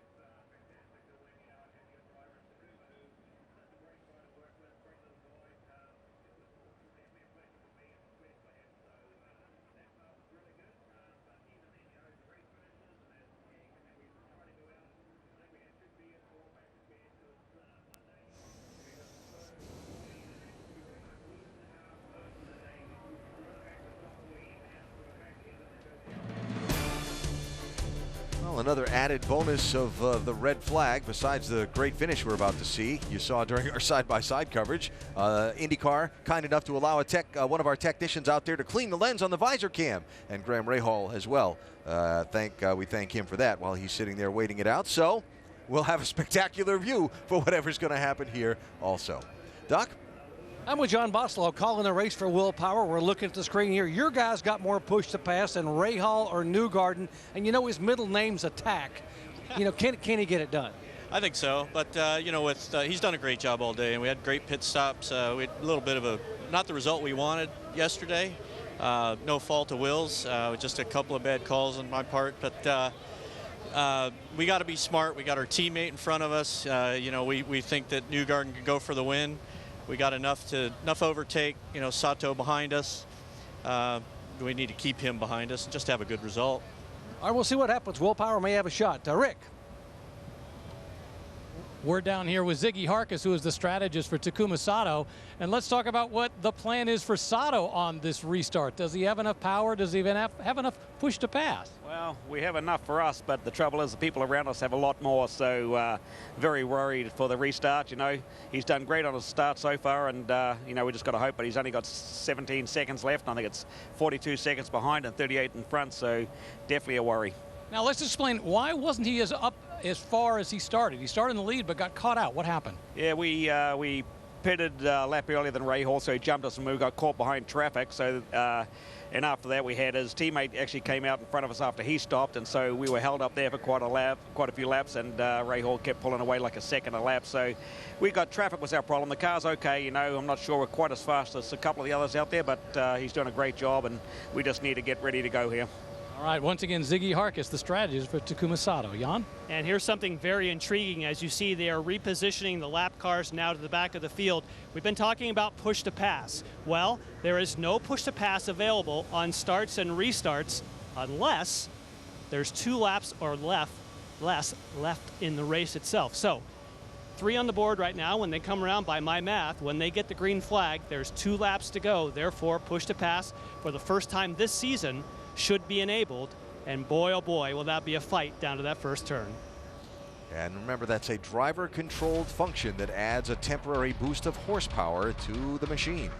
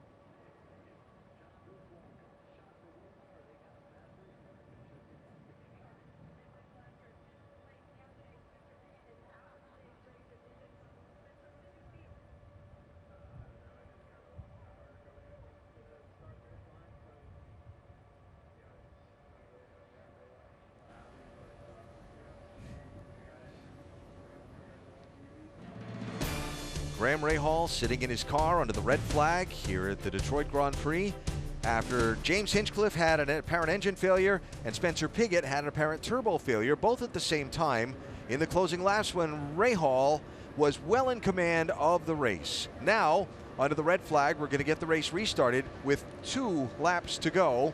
And all of the lap cars that he had between himself and Joseph Newgarden removed by rule for the restart in the closing section of the race. So it's going to be a nose-to-tail lineup. Push to pass activated at the green flag, and 2 laps to decide who wins this race. And there will not be any tentative passing. When you go for a pass, you'll just go as far deep as you can and hope you make it. This could turn out to be a slugfest. You know, we were talking during the commercial break about the decision to use the red flag. Of course, we remember a few years ago now at the Indianapolis 500 with Ryan Hunter-Reay and Helio Castroneves having that terrific fight and an incident in the late laps, and they chose to red flag the race and give us a spectacular, thrilling finish to the 500. Same decision made again today, I believe. I believe it's the correct one for the fans. Some of the drivers may not like it, especially if the one that's leading now doesn't win. I know of one that's leading. Yeah, exactly. But it is going to be a terrific finish to this race. So one of the things we saw on visor cam, look at the blisters on Graham's hands.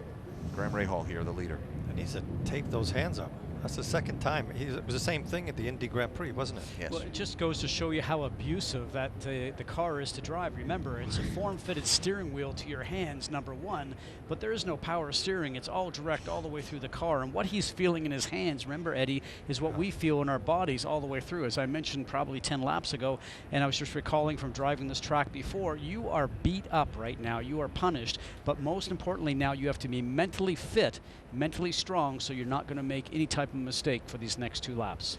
We are just over 2 minutes to the command to restart engines. A look back if you're just joining us. Maybe you saw on the social media, red flag Detroit, spectacular finish coming up. Here's how we started. It was Takuma Sato on pole, Ryan Hunter-Reay second, Graham Rahal, yesterday's winner, started third. Had a clean start, in fact didn't have a caution until this one came out in the last 5 laps of the race. Had some really good action though and some interesting encounters. And those front wings sure were sharp today. Just that little touch ruined Castroneves' race when he had to come in with a flat rear tire. Also ruined Hunter-Reay's race when he had to come in and get the front wing replaced on his machine. Wasn't the only contact we had. That's Ed Jones, 19, and J.R. Hildebrand in the green car. And another flat tire. And another front wing. The front wing was a good business today to be replacing all those. A lot of teams had some troubles on pit road. Several pit penalties were passed out over the course of the day. Oriol Servia speeding on the pit lane. And it doesn't take much, 50 miles an hour for speeding in pit lane. Scott Dixon ended up having a fuel issue. They thought the fuel was not going in. It ended up going in, but it took an extra 8 seconds on the pit stop. Marco Andretti smartly does not leave pit lane, realizes that the crew does not put in the air hose for the front wheel jack. And you can see right there on the circle, Tony Kanaan running over his air gun. And you do know that when you hit it because you can feel it. Graham Rahal took the lead on an exchange of pit stops after Sato led the first section of the race. He had gapped the field until the closing laps of the race. As you see Hunter-Reay, who was trying to stay on the lead lap, pulling over. By the way, this red flag, a double whammy for Hunter-Reay. And there the problem with Hinchcliffe that brought out the caution, and then Spencer Pigot had a problem as well. And it led to the red flag, setting up the finish we're about to see. Which I think was a great decision. Obviously, I'm not Rahal sitting in his race car right now, but.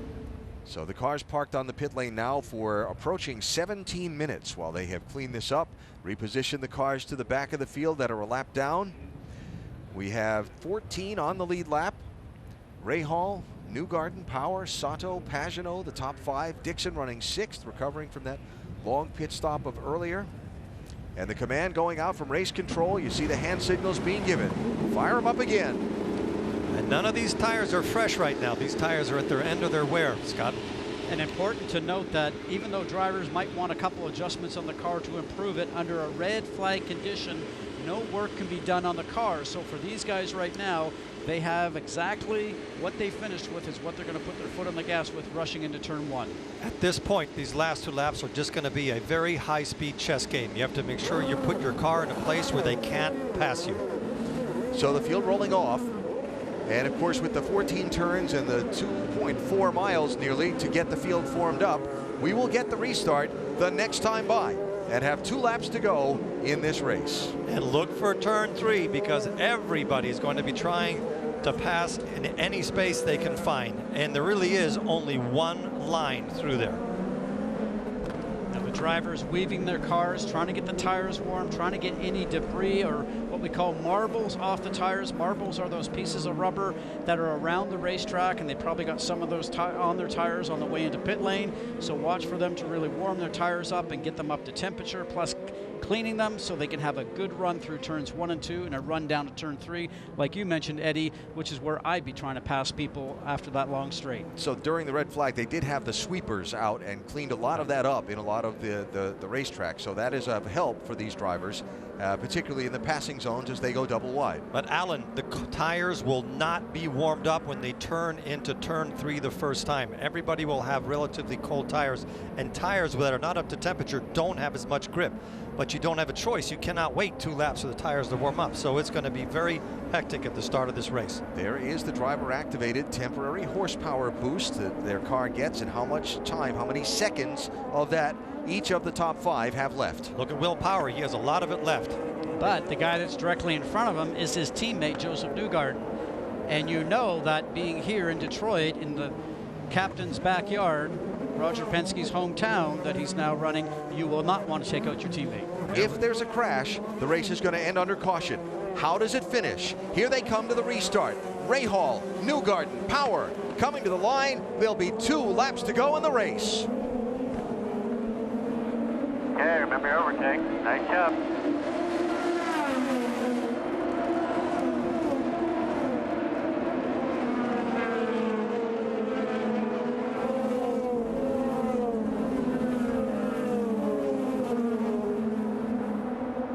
Rahal has just enough of a gap between him and the second place. Everybody was leaning on the push to pass there. Newgarden looked like he's struggling a little bit getting going. Power right behind him. And Rahal is pulling out a gap.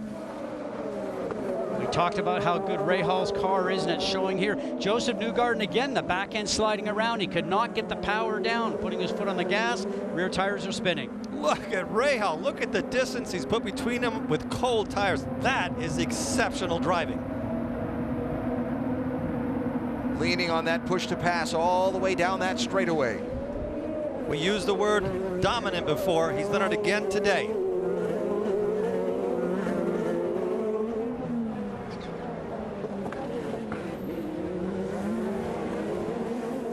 See Newgarden wrestling that car off turn 11.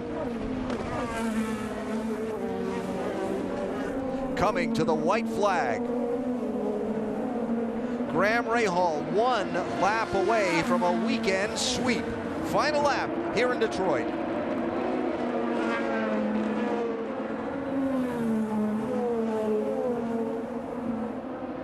Hi, white flag. You're 8 tenths faster than Newgarden. Good gap.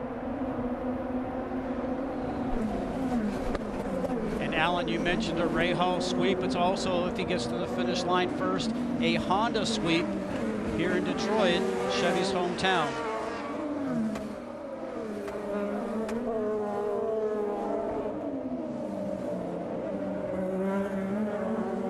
Down the long backstretch, down the Strand.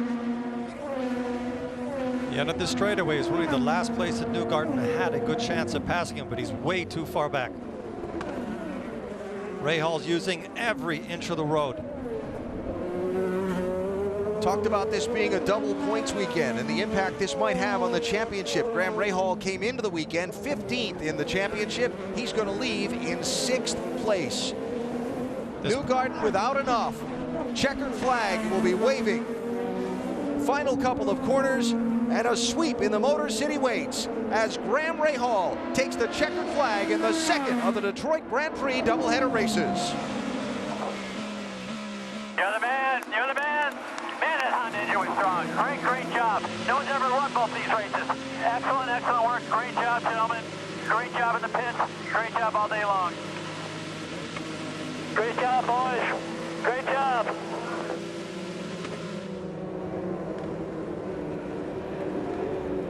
None of the top five. None of the top 5 positions changed hands in those last 2 laps. You want to talk about a dominant weekend. He led 55 laps yesterday. He led 41 today. 96 of 140 laps led this weekend for Graham Rahal. And every obstacle he had in front of him, he just went right over. That was a very pressure-filled last restart. What a drive.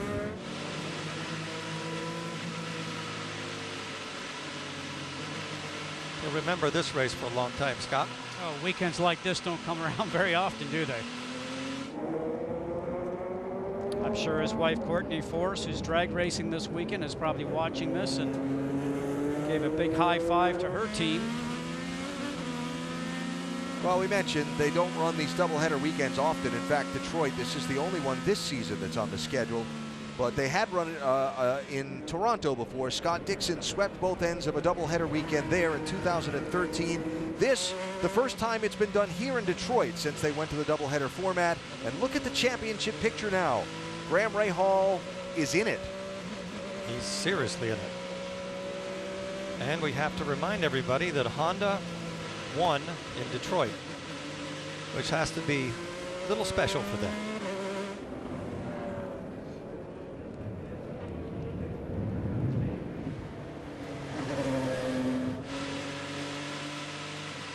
And the next race on the schedule for Graham Rahal and the whole crew is Texas, where he won last year. Got to be a lot of momentum headed towards Texas for this weekend. So we asked you at the beginning whether it would be another new winner or a repeat winner, and the answer is repeat from a day ago.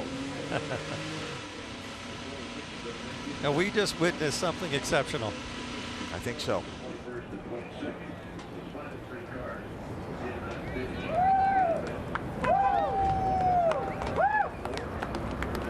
No doubt. Six, no doubt. 6 career wins, 2 of them in 2 days. And he's going into one of his favorite race courses, which is Texas, with a very powerful Honda engine. Looking good.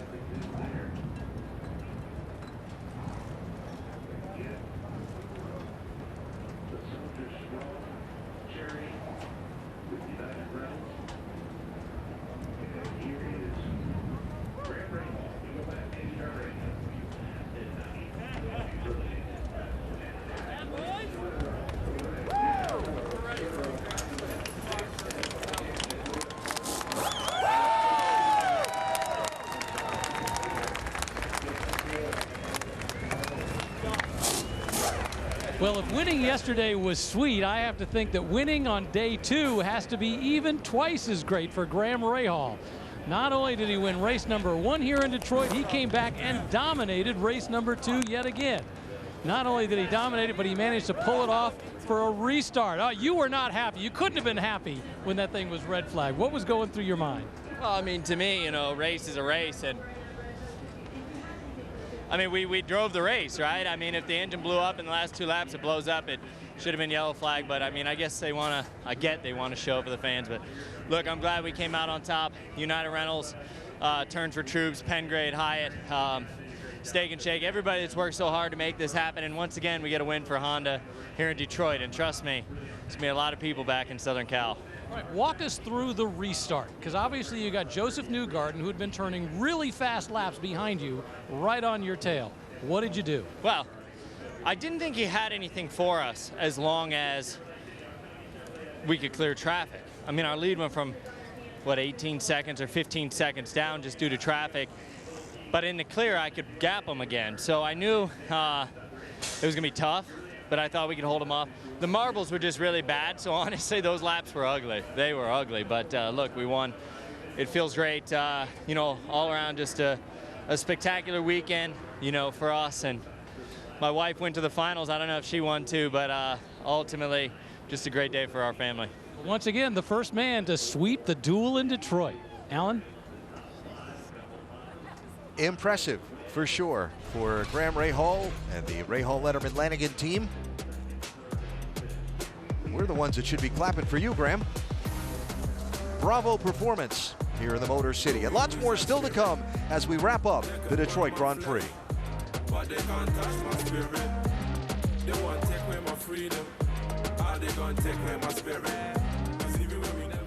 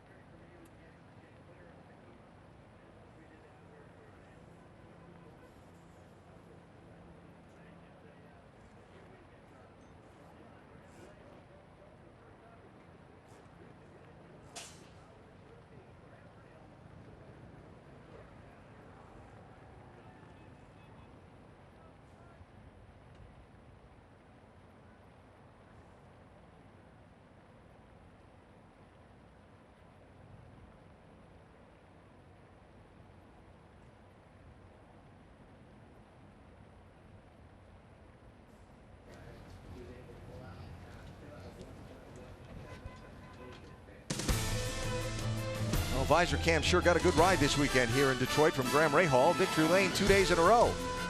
And the extra little lens cleaning, it got on the red flag before that 2-lap sprint to the finish. Just fine.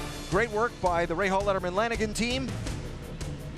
Prepared a great car, turned it over from one night to the next, and made the exact right call on strategy both days to get Graham Rahal 2 wins in a row. So here are the final results of race number 2 of the Detroit Grand Prix. Good bounce back for the Penske team. Certainly has been. We've always seen Penske dominate just almost all season, but this year I think the Honda power plant is certainly helping quite a few teams. Surprises, and for me, Graham Rahal, that single car team, exception this weekend with Oriol Servia, but a single car team is out battling the big super teams. Especially here, but Detroit always delivers a few surprises, and it delivered one, not one just today, but yesterday and today.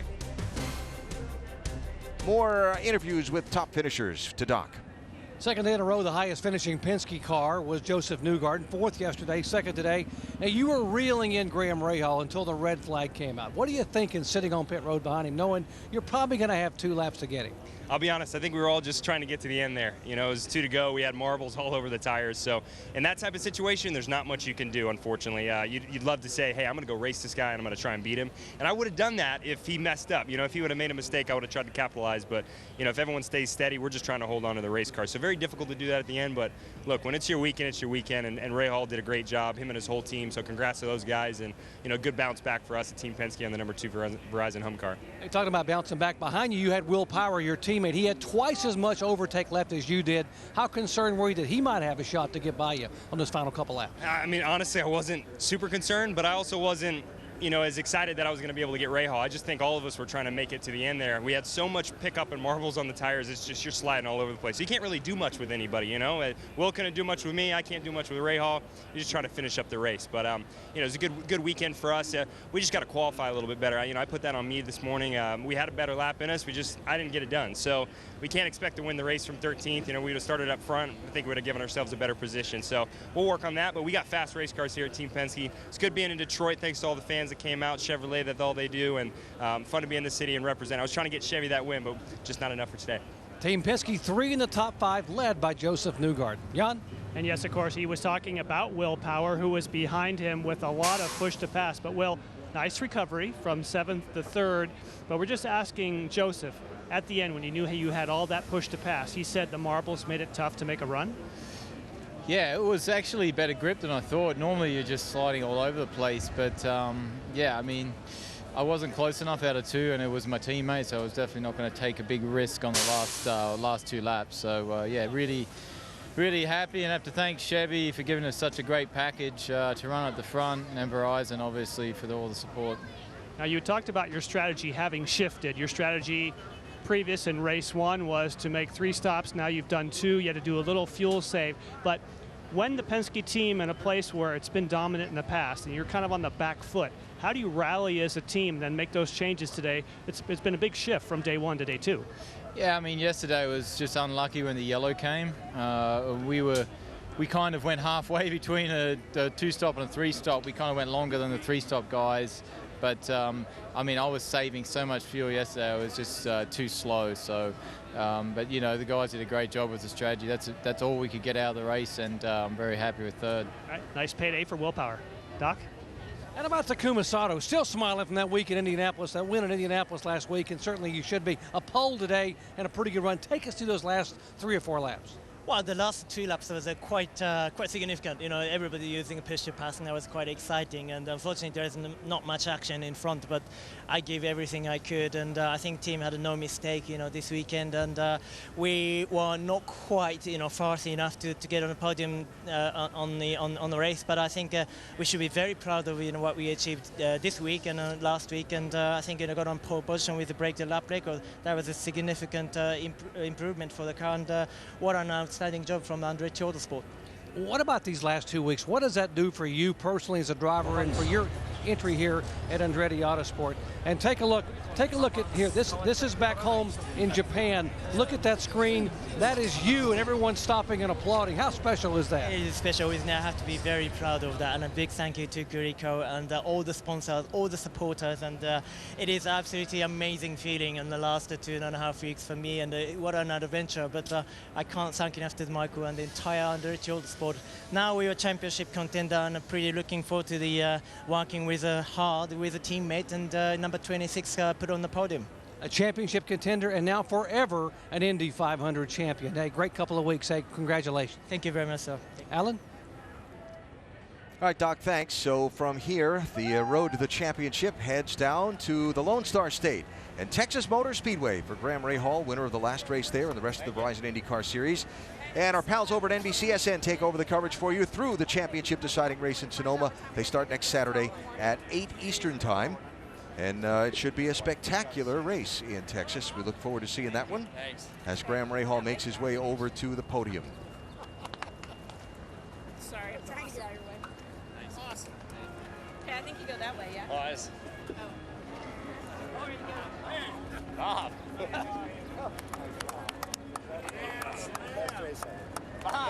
Dad and brother. And a nice moment there. That was awesome.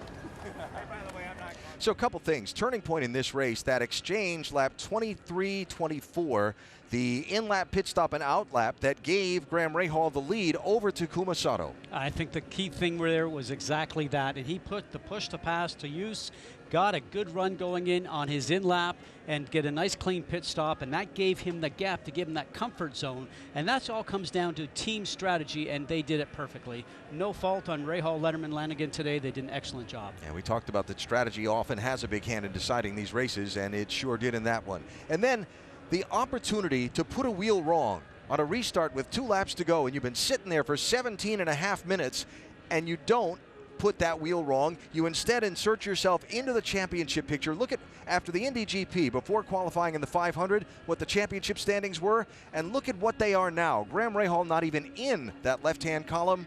Now Scott Dixon is the championship leader, and Graham Rahal is up there in 6th position. Withstanding that pressure, I thought, wow, that's solid. He didn't put a foot wrong the whole weekend, and then right at the end, he had all this time in his back pocket, and he had a few laps to go, and the red flag comes out. And everybody thought, well, they're going to be all over him turning into 3.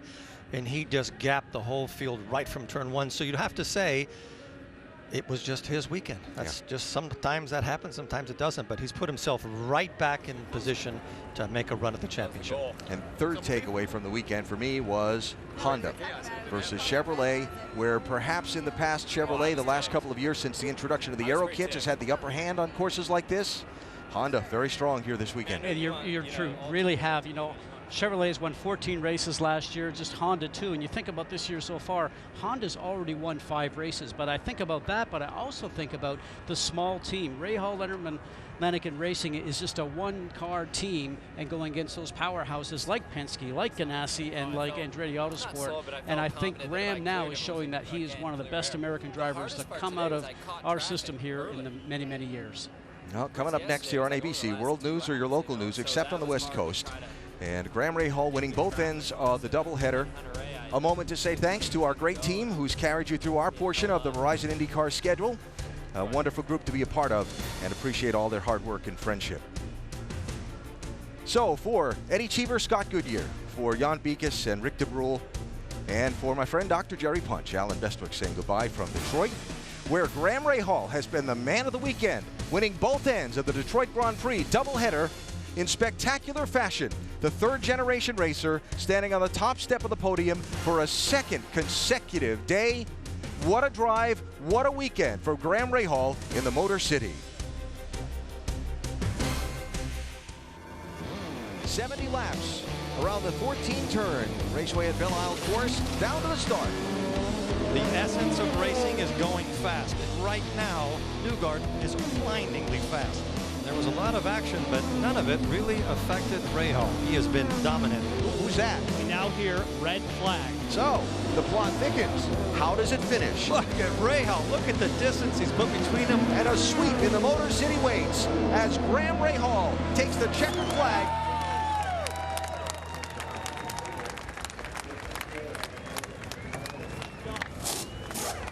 Well, if winning yesterday...